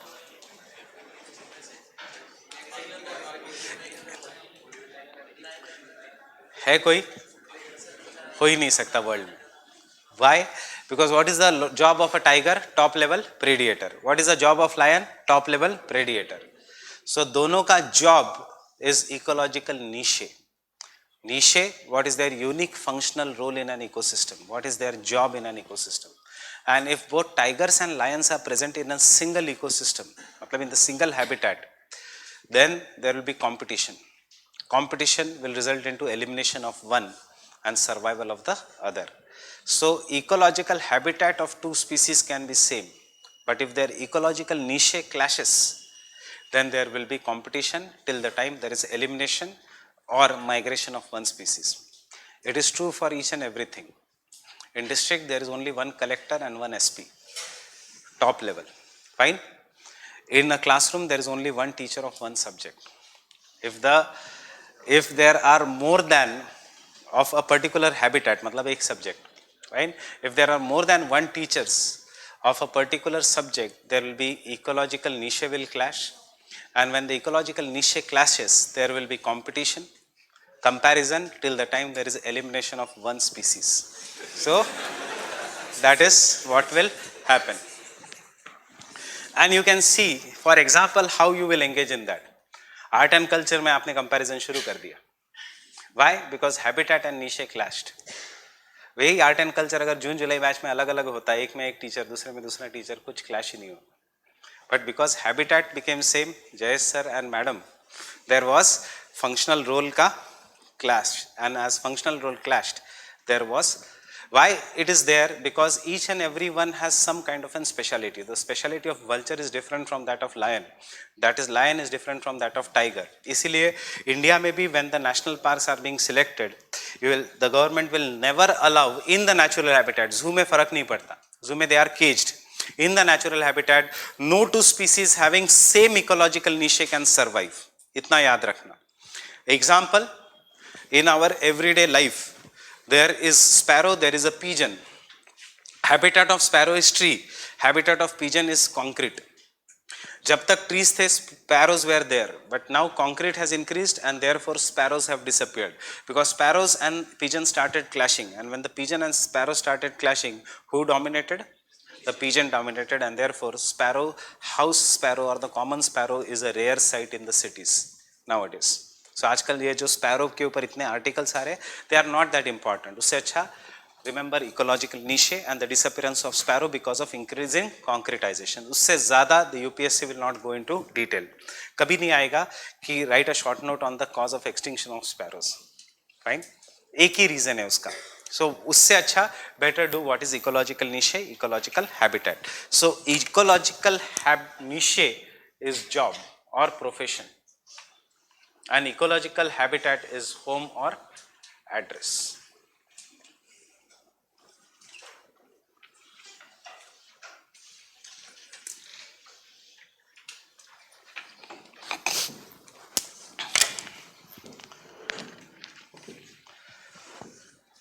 Fine with this? So दिमाग में बैठ गया, what is ecological niche? Unique functional role of an organism. It can be flora, fauna in a particular habitat is ecological niche.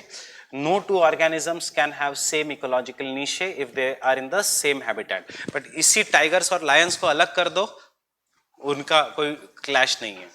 इसलिए eagle और other falcons, raptor birds, चाहे वो चील हो, whether it is hawk, whether it is eagle, during the daytime, but owl अपना habitat change कर देता है. It comes out during the night time, so that there is no clash.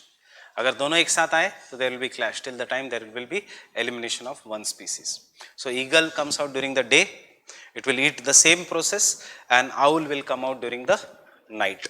क्योंकि ecological habitat के examples ये owl versus eagle में आएंगे या sparrow versus इसमें आएंगे. Getting it? You have seen कभी owl during the daytime, eagle during the night time.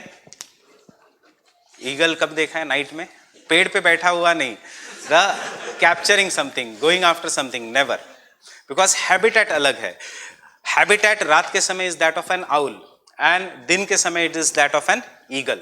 Getting it? Fine. So ecological habitat.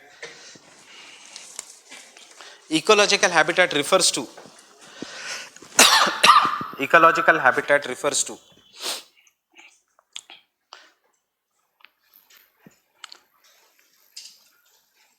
the address of an species, the address of an species, where the species lives, where the species lives,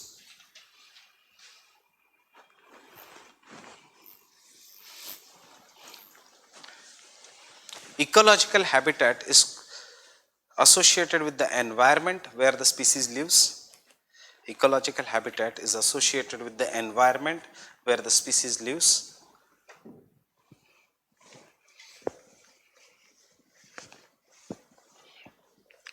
Based on the environmental preferences based on the environmental preferences. The full stop. But the difference between habitat but environmental preferences, but the difference between the habitat and the environment is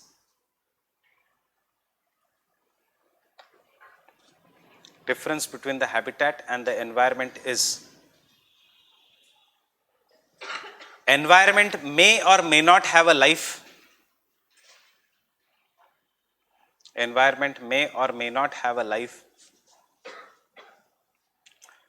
and habitat will always have life. Habitat will always have life. देखो example से समझो, desert environment हो सकता है life है, नहीं है. जब लाइफ है तो हम कहते हैं it is a habitat of great Indian bustard, it is a habitat of wild ass. Not each and every part of the desert has life. Dead lake will not be a, dead sea will not be a habitat of anything. It is an saline environment, marine environment, but it is not an habitat of any organism. Understood this? Ecological niche, ये बहुत important definition है. Ecological niche is the unique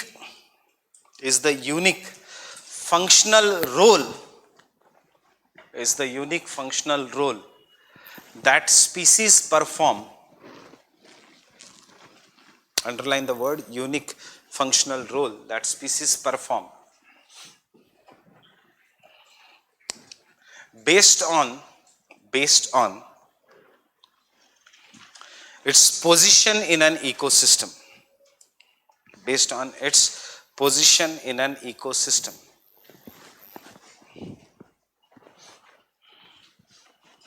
Example 1. Though vulture and crow are both scavengers, position अलग है. Example district में देखो, collector भी है, SDM भी है, पोजीशन अलग हो जाती है, हैबिटेट अलग हो जाता है. कलेक्टर का पूरा डिस्ट्रिक्ट है, कलेक्टर और एसडीएम का कभी क्लैश नहीं होगा, क्लैश होते ही प्रॉब्लम्स हो जाएंगे. So similarly vulture collector, crow SDM, fine, दोनों स्कैवेंजर्स है, बट दोनों का position is different. Getting it? Vulture and crow are both scavengers, but their positions are different.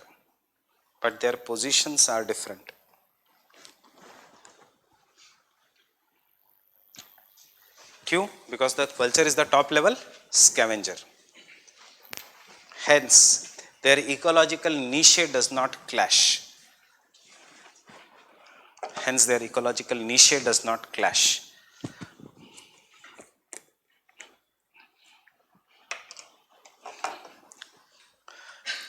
Because, underline again this statement, no two species in a same habitat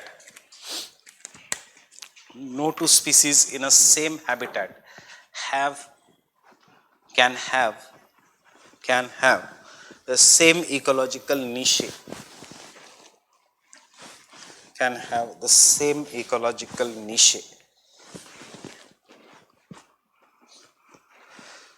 Else there will be competition till the time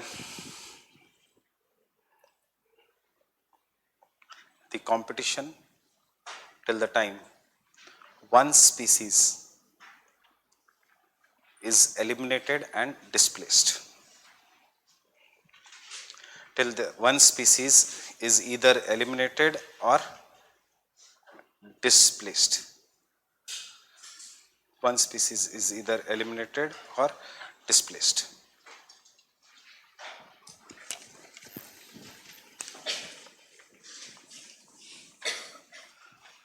So,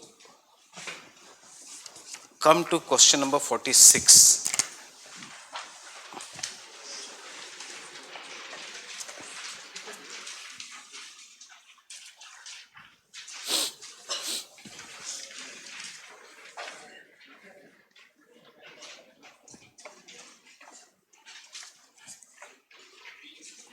What is the answer? Answer is a drug used by cattle owners for treating their diseased cattle. कौन सा drug है? Diclofenac. Question number 50.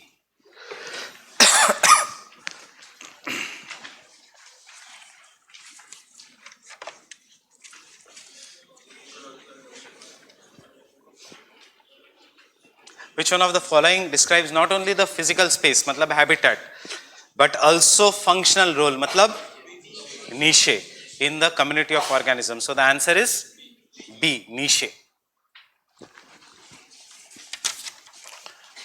And question number 54.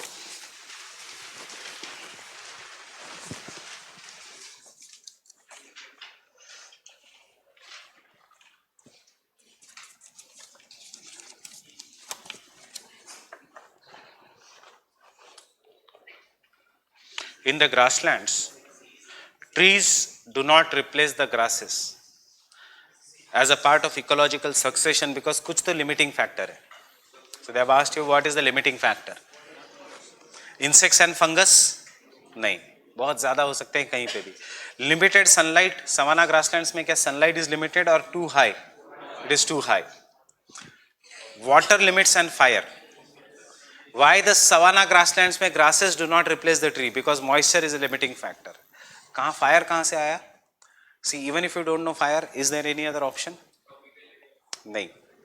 But कहाँ से आया fire? Fire is there from a simple fact that savanna grasslands, I have told you the concept of rivers dying. Savanna grasslands can rub against each other and thus they set on fire. When the fire occurs, जो भी seeds है trees के, they are eliminated. But the grasses के जो भी seeds है, they are fire resistant, they survive. इससे savanna grasslands make sure that trees do not grow in their ecosystem by natural forest fires because the trees are destroyed, trees का seeds which have come due to winds or cross pollination, they are destroyed by the forest fires. Grasses के trees को seeds को कोई भी फर्क नहीं पड़ता because grasses का in the savanna grassland the grasses का seeds are fire resistant. उनको fire से कोई फर्क नहीं पड़ेगा. In fact, fire जानबूझ के वो लगाते हैं. That is a natural forest. They will rub against each other when they become dry. There is a fire and with the fire जो excess migration हो के animals वो सब आए हैं, they are killed. And thus the grasslands will maintain themselves. Because if the grasslands can maintain themselves, then only lions, leopards, ostrich, elephants can survive. If the grasslands are not there, lions will disappear. Lion versus tiger. याद रखना who is more powerful? Who is more powerful? Tiger is more powerful. 9 out of 10 times, जहाँ जहाँ lion and tiger have clashed, 9 out of 10 times it is the tiger which will kill the lion and take over an area. एक या दो exceptions है when the lion can kill the tiger, वो भी अकेले कभी नहीं. Tiger is always single. Lion always occurs in groups. Fine. So why we call lion as a king of a jungle then? Nothing but because it has a mane. Strength wise it is tiger which is most powerful. इसलिए इतना focus है on conservation of tigers, not on lions.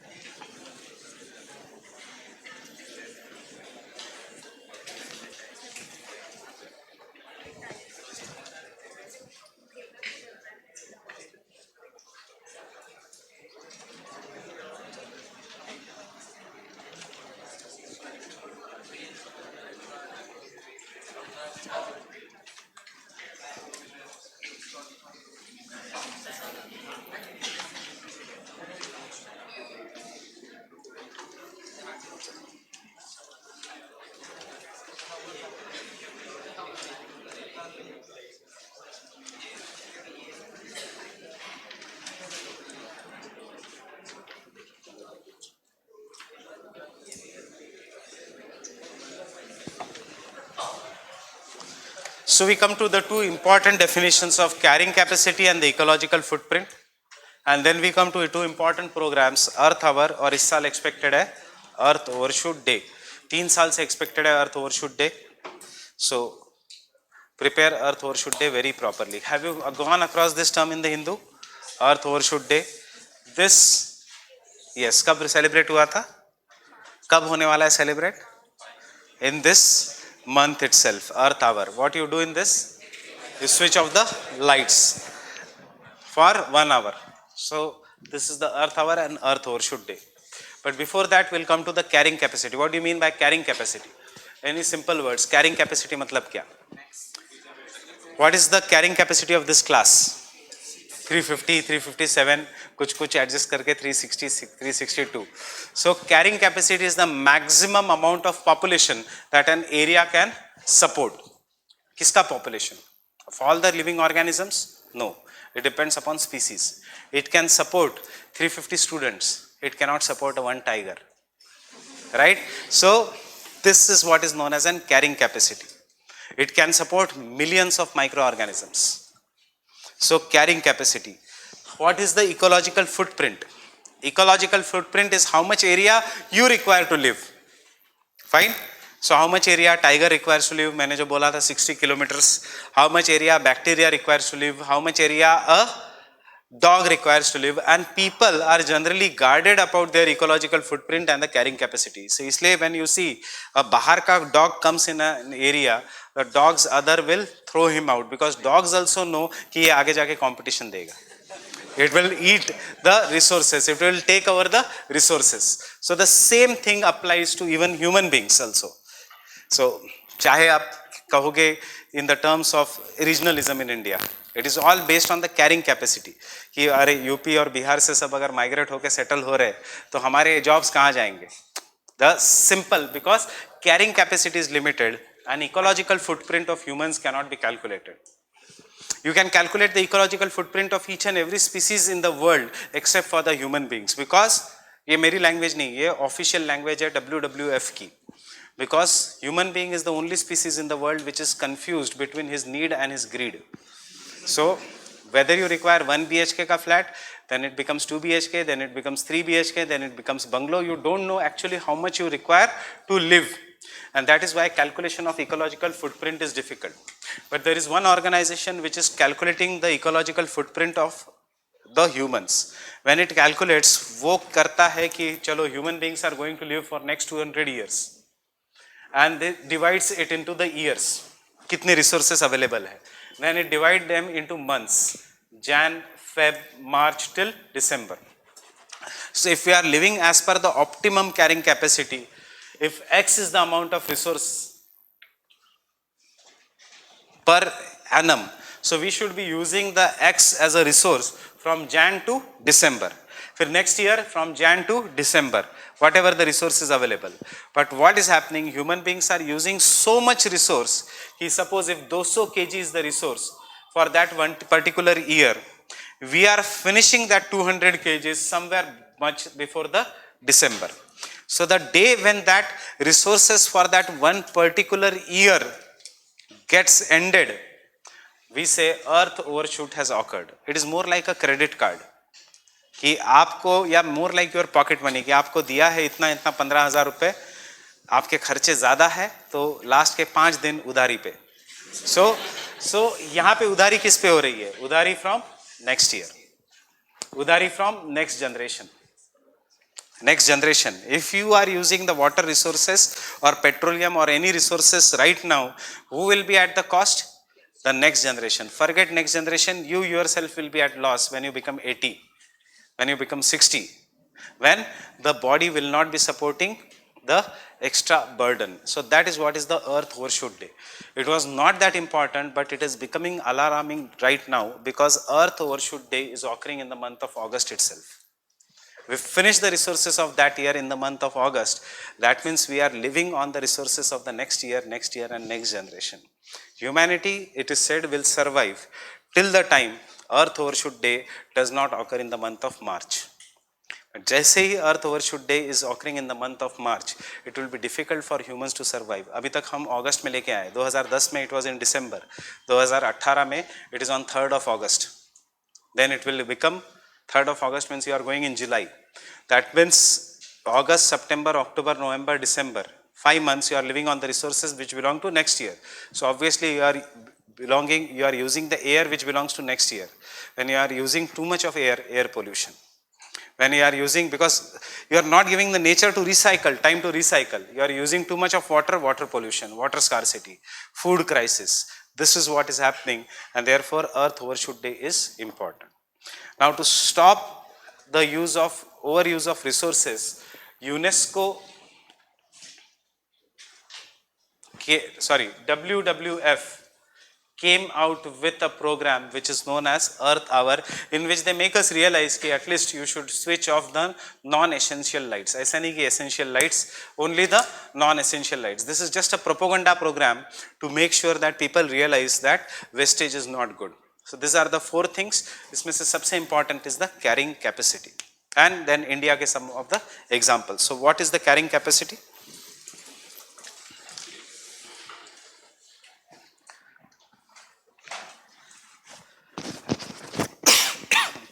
So carrying capacity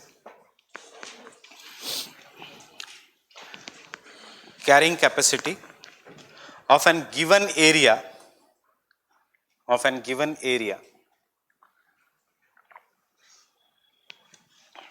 is the maximum population of specific species. Underline the word specific species. Maximum population of specific species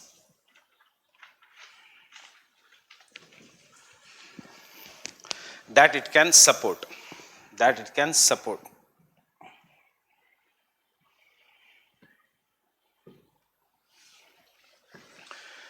Thus in the carrying capacity,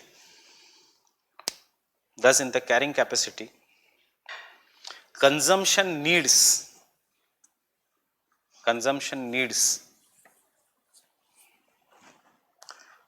resource utilization,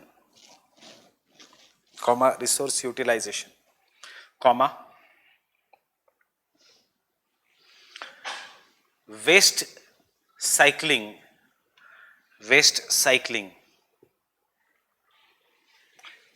is calculated. मतलब इसमें सिर्फ consumption नहीं, even how much amount of land we require for that we can dispose of the waste and it can be recycled is calculated.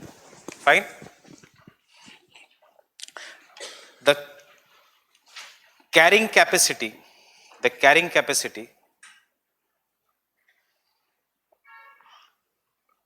thus is the capacity of the earth to regenerate the resources,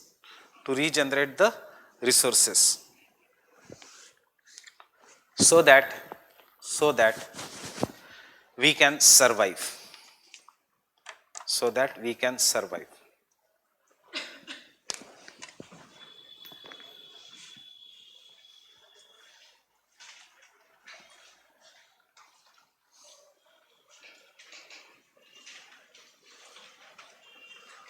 From the carrying capacity, the concept comes of planetary boundaries.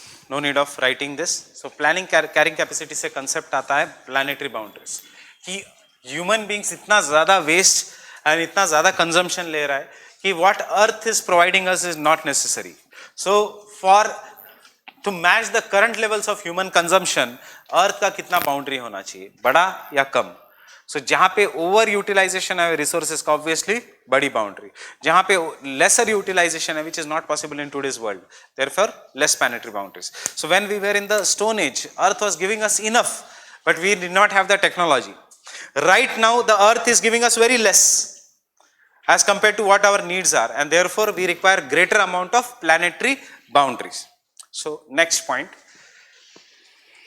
the concept of planetary boundaries. You can refer September's Hindu. मैं exactly date कल बता दूंगा. The concept of planetary boundaries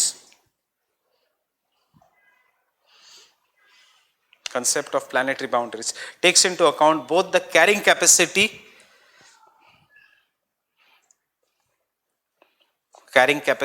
as well as ecological footprint.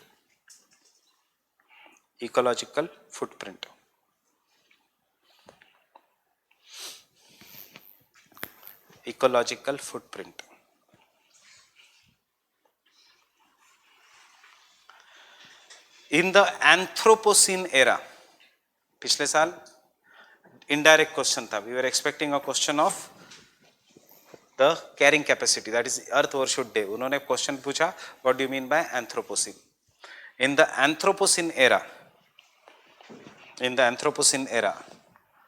that is last 10,000 years, not 2000, last 10,000 years. Last 10,000 years, when human civilizations have flourished, when human civilizations have flourished,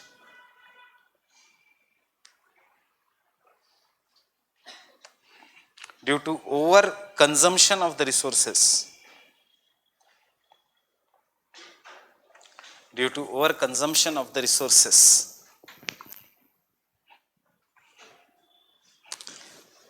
planetary boundaries are increasing.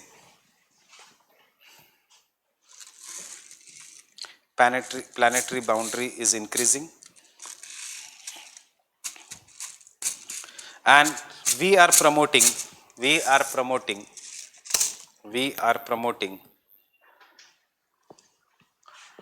sixth mass extinction. We are promoting the sixth mass extinction.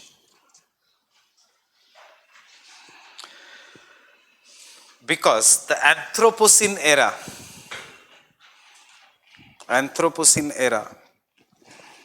is based on our mantras or our belief,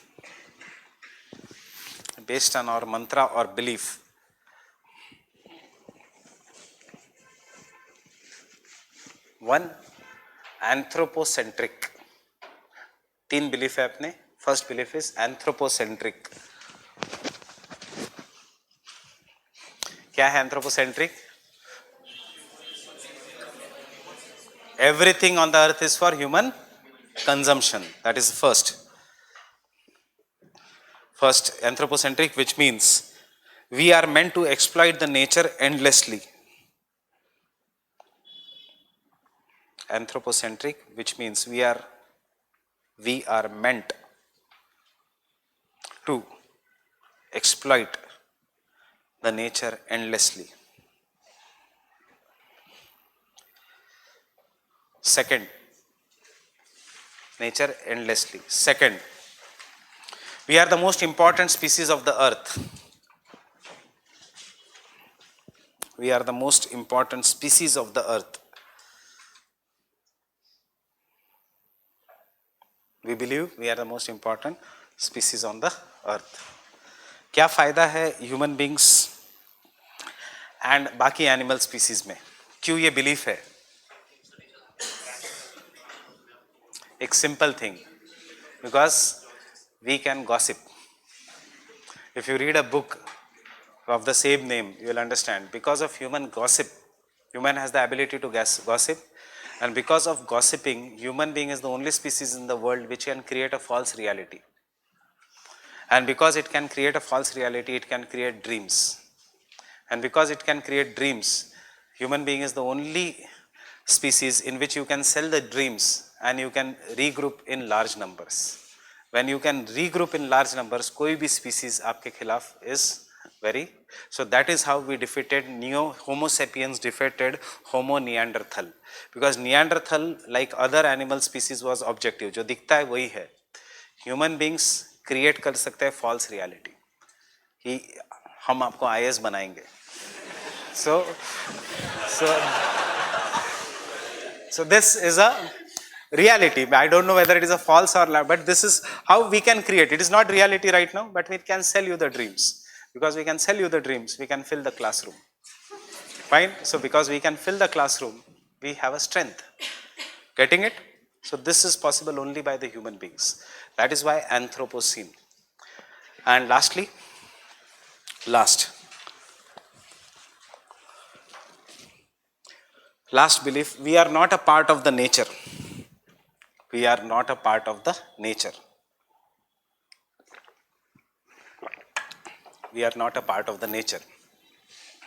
These three beliefs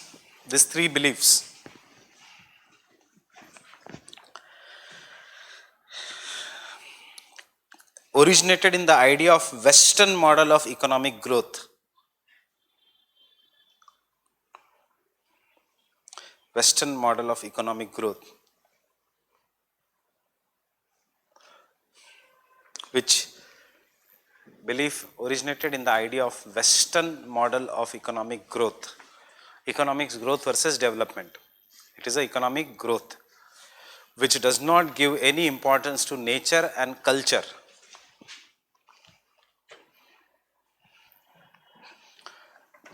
Which does not give any importance to nature and culture.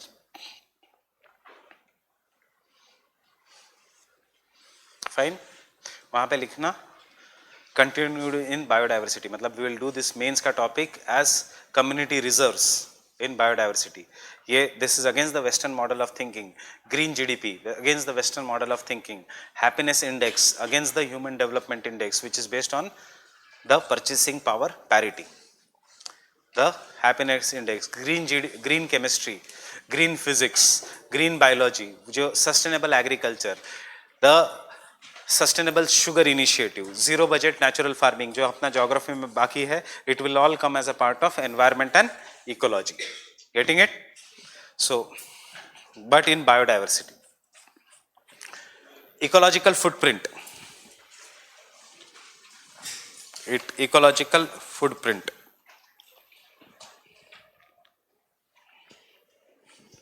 Carrying capacity, what nature can give us. Ecological footprint, आपके पैर की छाप, कितना area you require. Carbon footprint, how much carbon dioxide you require. Water footprint, how much water you require. So ecological footprint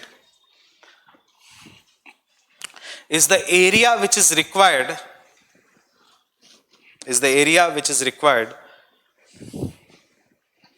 to sustain indefinitely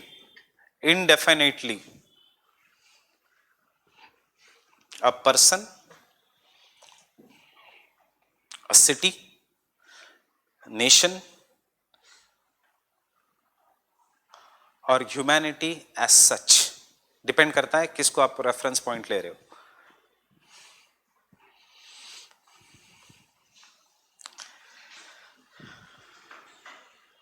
It accounts for consumption of energy. It accounts for consumption of energy, food, water, energy, food, water, and the creation of waste.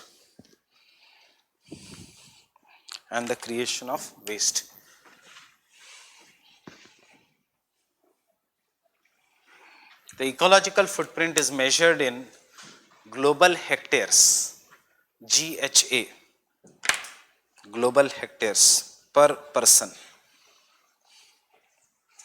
Global hectares per person.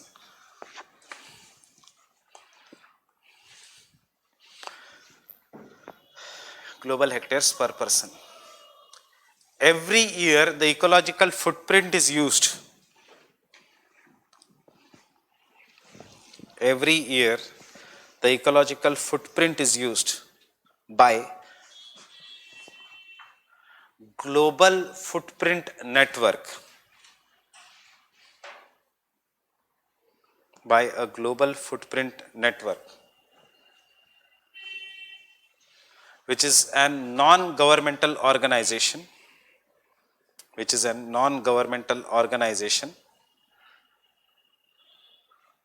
to calculate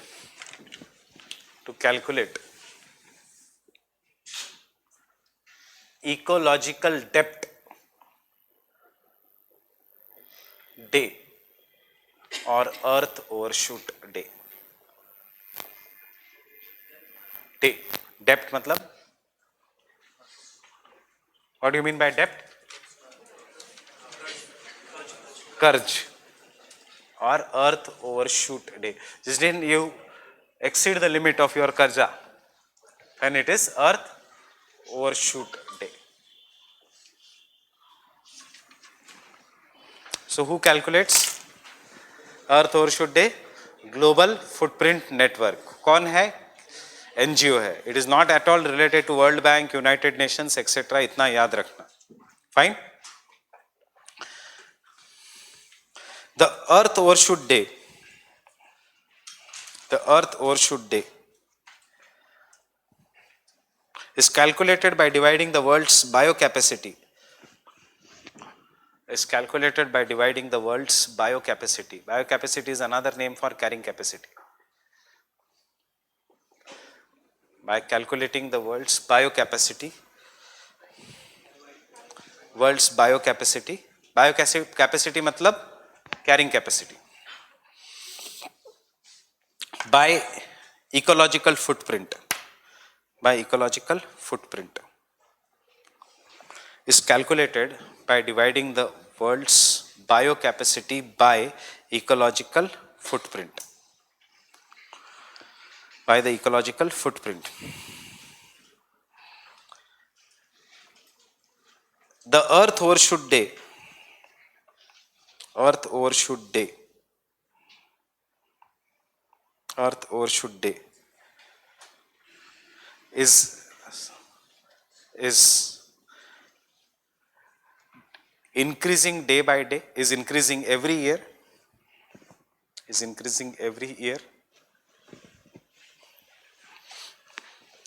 Example, in 2000, the Earth Overshoot Day was September 23rd. In 2000, the Earth Overshoot Day was September 23rd. But in 2018, the Earth Overshoot Day was 1st August. The Earth Overshoot Day was 1st August. मतलब entire August, September, October, November, December, we are in Karj of next year. Fine. As the Earth Overshoot Day becomes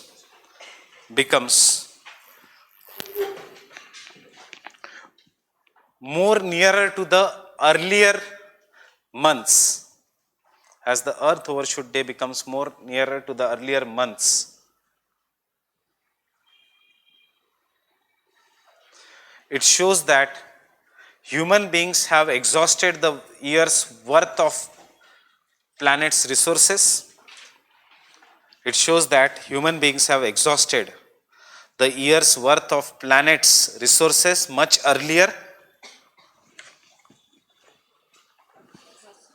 The planet's resources much earlier. Exhausted the planet's resources much earlier, which explains the increasing air pollution, water pollution, etc. in the cities.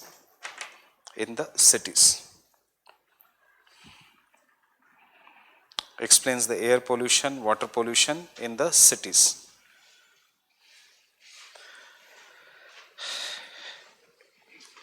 In the India's ecological footprint,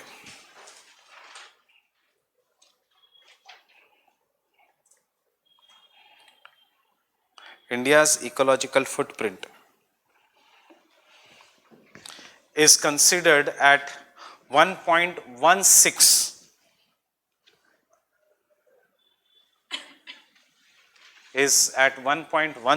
global hectares per person. मतलब अपने को कितनी जमीन चाहिए पर person? 1.16 hectares. Ecological footprint is considered as 1.16 global hectares per person, but India's carrying capacity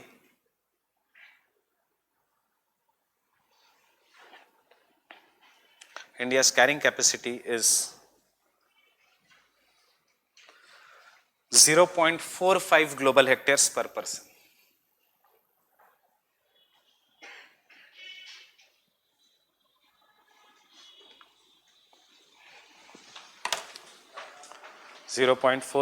global hectares per person. मतलब कितनी जमीन दे सकता है इंडिया हमें? And how much is our need with our consumption?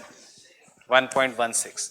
इसलिए तो इतना पोल्यूशन, इतना ट्रैफिक जैम, इतना पॉपुलेशन, इतना कंपटीशन, क्योंकि घर जितना सपोर्ट कर रहा है उससे ज्यादा पॉपुलेशन है अपना. Understanding this? It means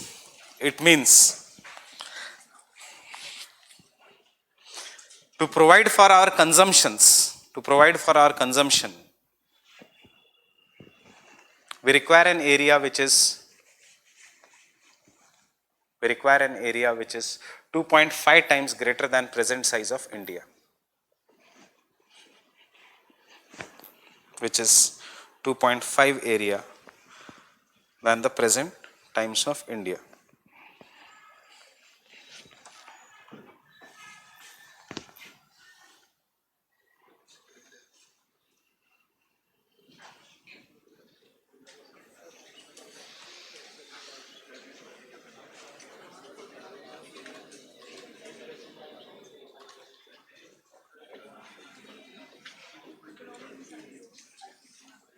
These are three top countries as per the global footprint. सबसे ज़्यादा global footprint है USA का, उसके बाद चाइना का, उसके बाद इंडिया का.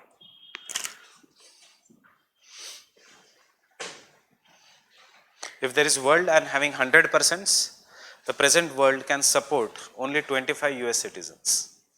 इतना ज़्यादा उनका डिमांड है from the nature. That is what is the ecological footprint. 37 Chinese, 52 Indians, 110 Bangladeshis, 207 Africans. अगर स्पेस है जिसमें 100 इज द ऑप्टिमम, तो Africans do not exploit anything from the nature क्योंकि टेक्नोलॉजी कम है, पॉवर्टी ज़्यादा है. सो बट सबसे ज़्यादा है that of USA, Europe. So this are the top 3 countries. India became the top most country. So इस साल का ही रिपोर्ट है ग्लोबल फुटप्रिंट नेटवर्क का. So India has become the top 3 countries and we have reduced France. Fine. सो इतना detail में याद करने की ज़रूरत नहीं है.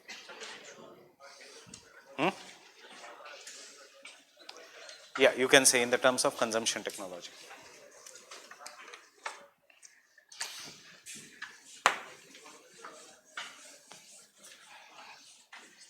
So no doubt you see अभी आजकल जो reports आ रहे हैं, which is the worst city in India in the terms of Gurgaon.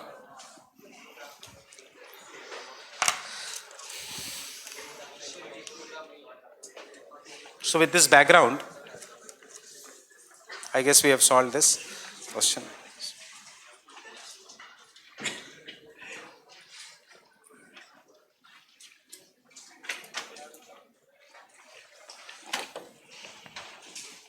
Earth Hour.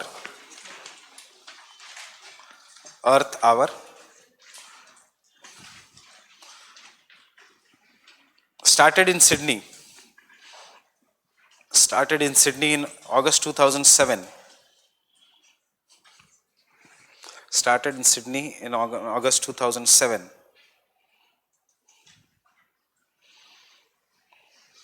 It is a program by WWF.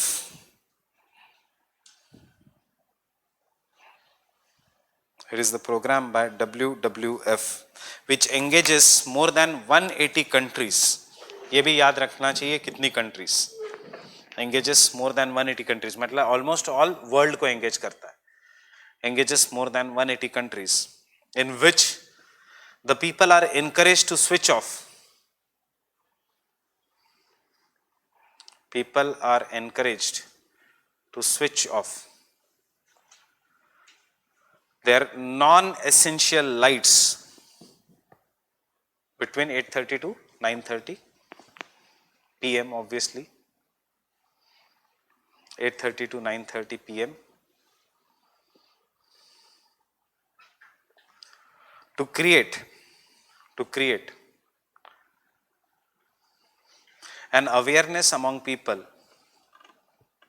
to create awareness among people about conservation of energy, about conservation of energy.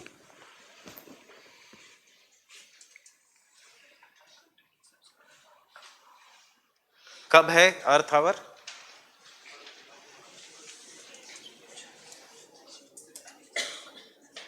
It is generally on the last Saturday or Sunday of March.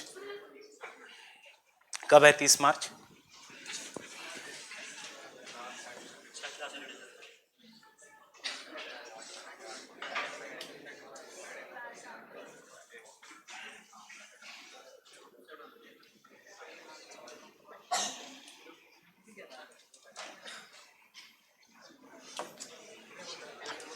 So earth Hour याद रखना is a charitable organisation which is based in Singapore. Earth Hour is a charitable organisation which is based in Singapore.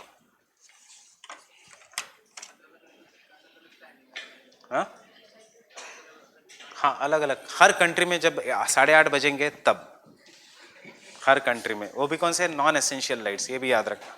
Question number 59.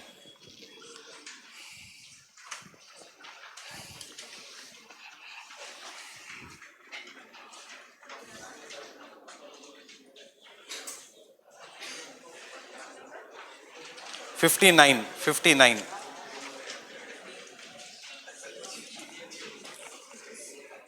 क्या दिया है? It is a C by this you should know the questions. देखो questions tricky है. Very simple question come in environment ecology. That is why you should not take unnecessary tension of environment and ecology.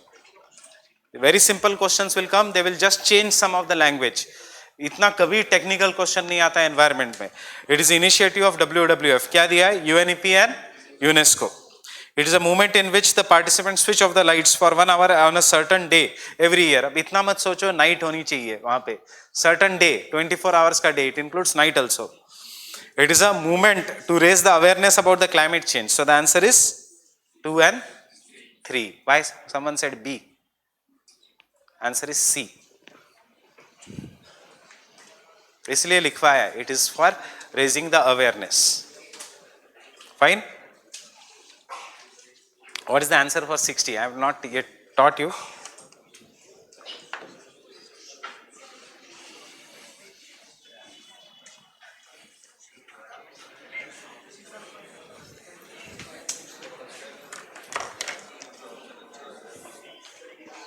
C या A?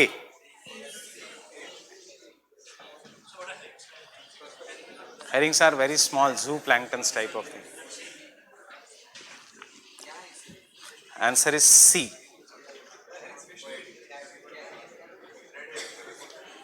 Answer इसका controversial है. कोई कहता है ए, कोई कहता है सी. यूपीएससी कहता है see. See this is the question जो अगर मैं भी होता यहाँ पे तो मैं इसको अटेम्प्ट नहीं करता, क्योंकि दोनों इसके दो आंसर्स है. Even A is right, even C is right.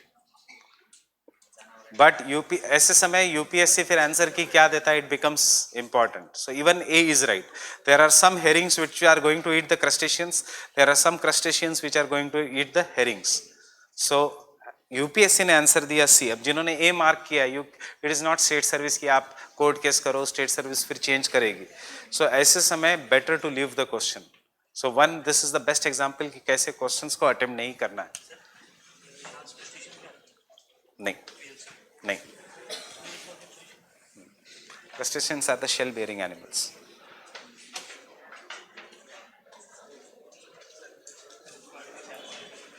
I'll come to this question later on.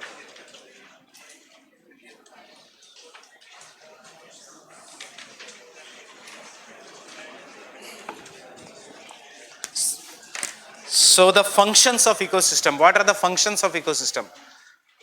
Can someone tell me what is the function of ecosystem? Ecosystem जो है आसपास क्या क्या काम करता है? सस्टेन कैसे?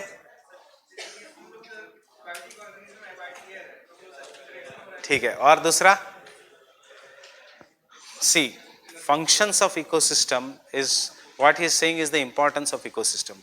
मेंस में आता है फंक्शंस ऑफ इकोसिस्टम, प्रीलिम्स में भी आता है, but this is more the topic of mains. And when the functions of ecosystem say, don't say it will clean the air, it will give us life, it is giving us food. No, that is importance. Functions is very technical. 3-4 functions है जिसमें 3 very important है. एक है ecological succession.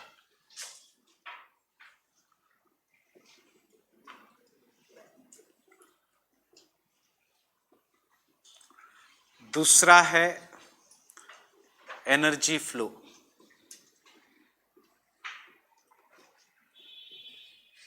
By food chain,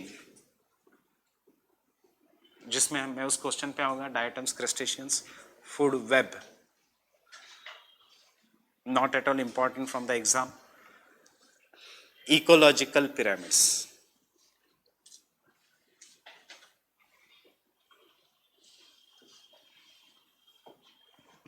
and तीसरा है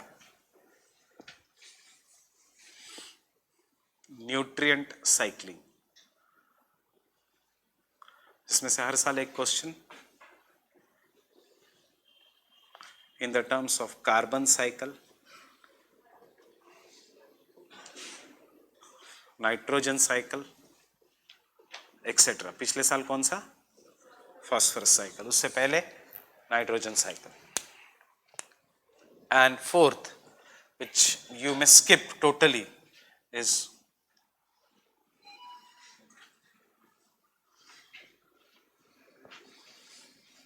don't even prepare homeostasis.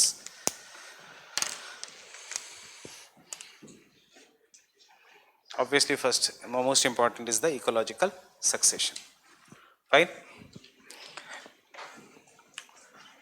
So this mains में भी आता है, तो you have to write this. Don't write it provides us food etc.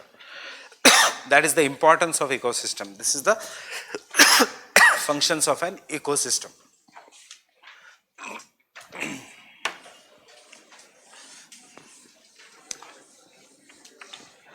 What is ecological succession? Anyone?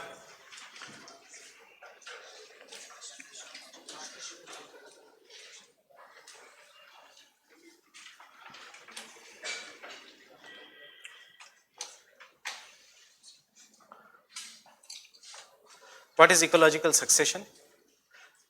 Those who have read from the material, etc. See, how did life originate on the planet Earth? Suddenly or by the process of evolution? By the process of evolution. सबसे पहले what was there? There was primordial atmosphere. जिसमें was there oxygen? No. So there was more of a carbon dioxide, methane, hydrogen, helium. Fine, but there was no oxygen. So पिछले साल का जो question है, दो questions coming directly from the ecological succession. So, or you can say even from the climatology.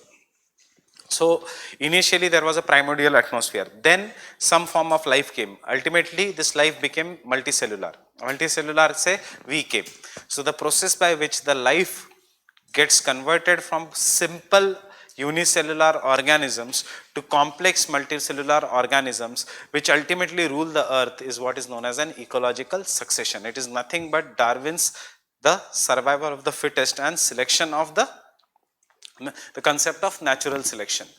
The things which are not needed are discarded by the nature. The things which are needed are carried forward. Because the concept of life as such is propagation. Any life ka one fundamental thing is propagation by the process of natural selection. So in the ecological succession, initially whatever comes on the land is there is bare rock on the land. Trees cannot grow on the land. So initially what will come, very fine species will come and they will start growing on the land, and this species which will come are known as pioneer species.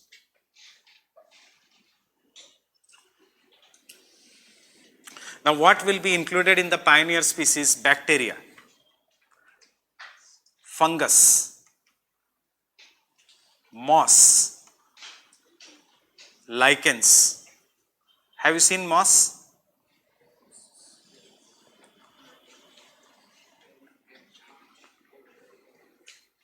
किसी ने moss देखा है? Where? As soon as the rainfall occurs, what comes? Some green color object. It can come even on the cement, जिसमें slippery होता है. That is an moss. Where it grows? It grows in the region जहाँ पे cement भी है, where there is rock also. Why? Because it is a pioneer species. It can come and colonize the any area, and it does not require the nutrients. So they will come and colonize the area. After they come and colonize the area, they will start breaking the rocks by secreting some of the acids.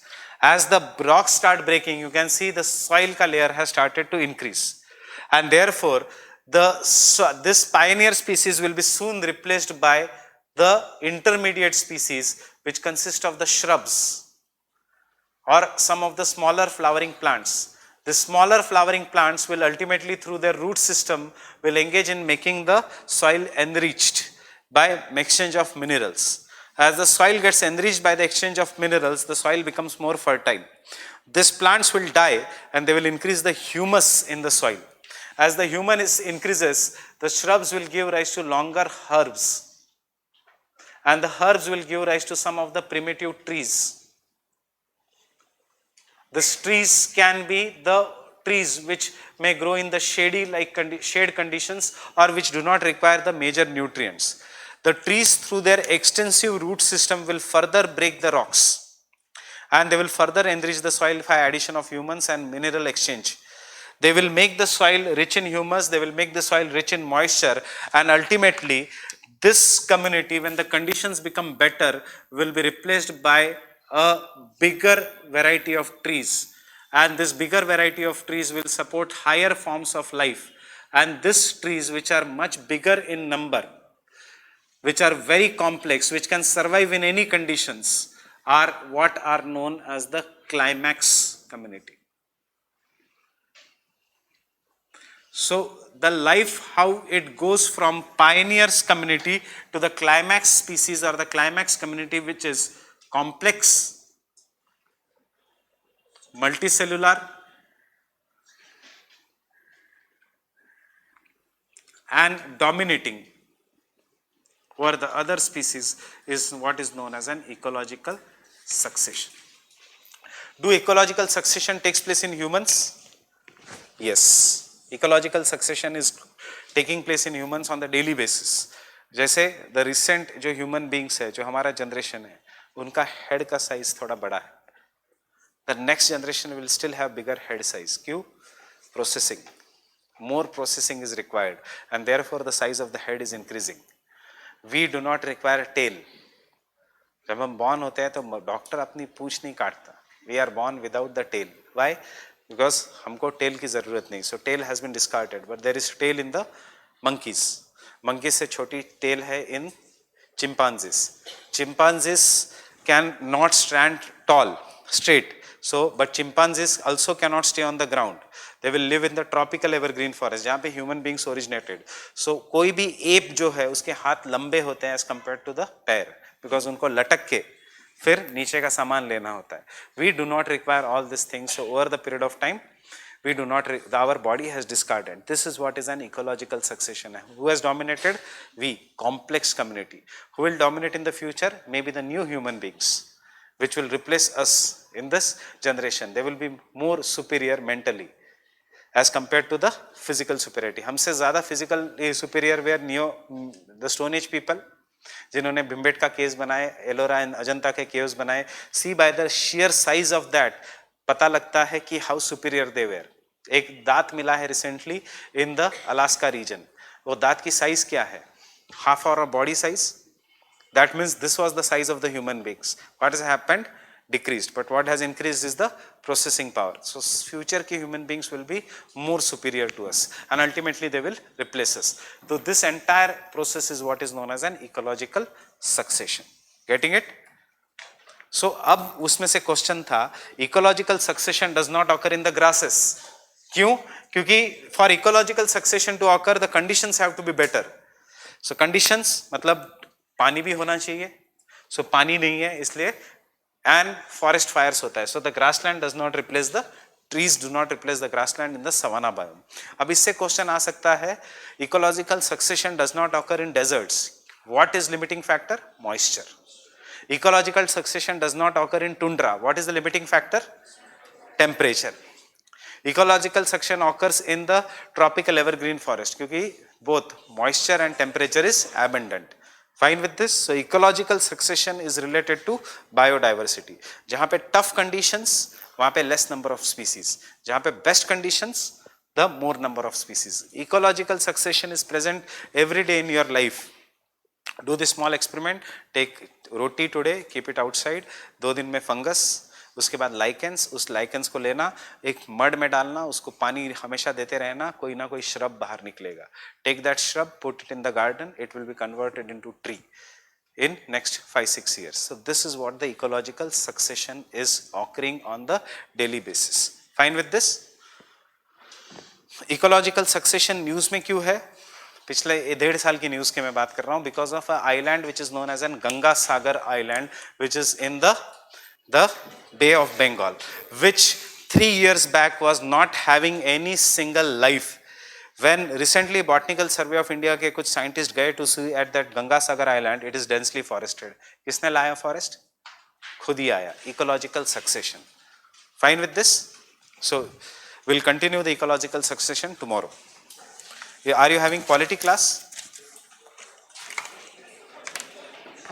I'll ask.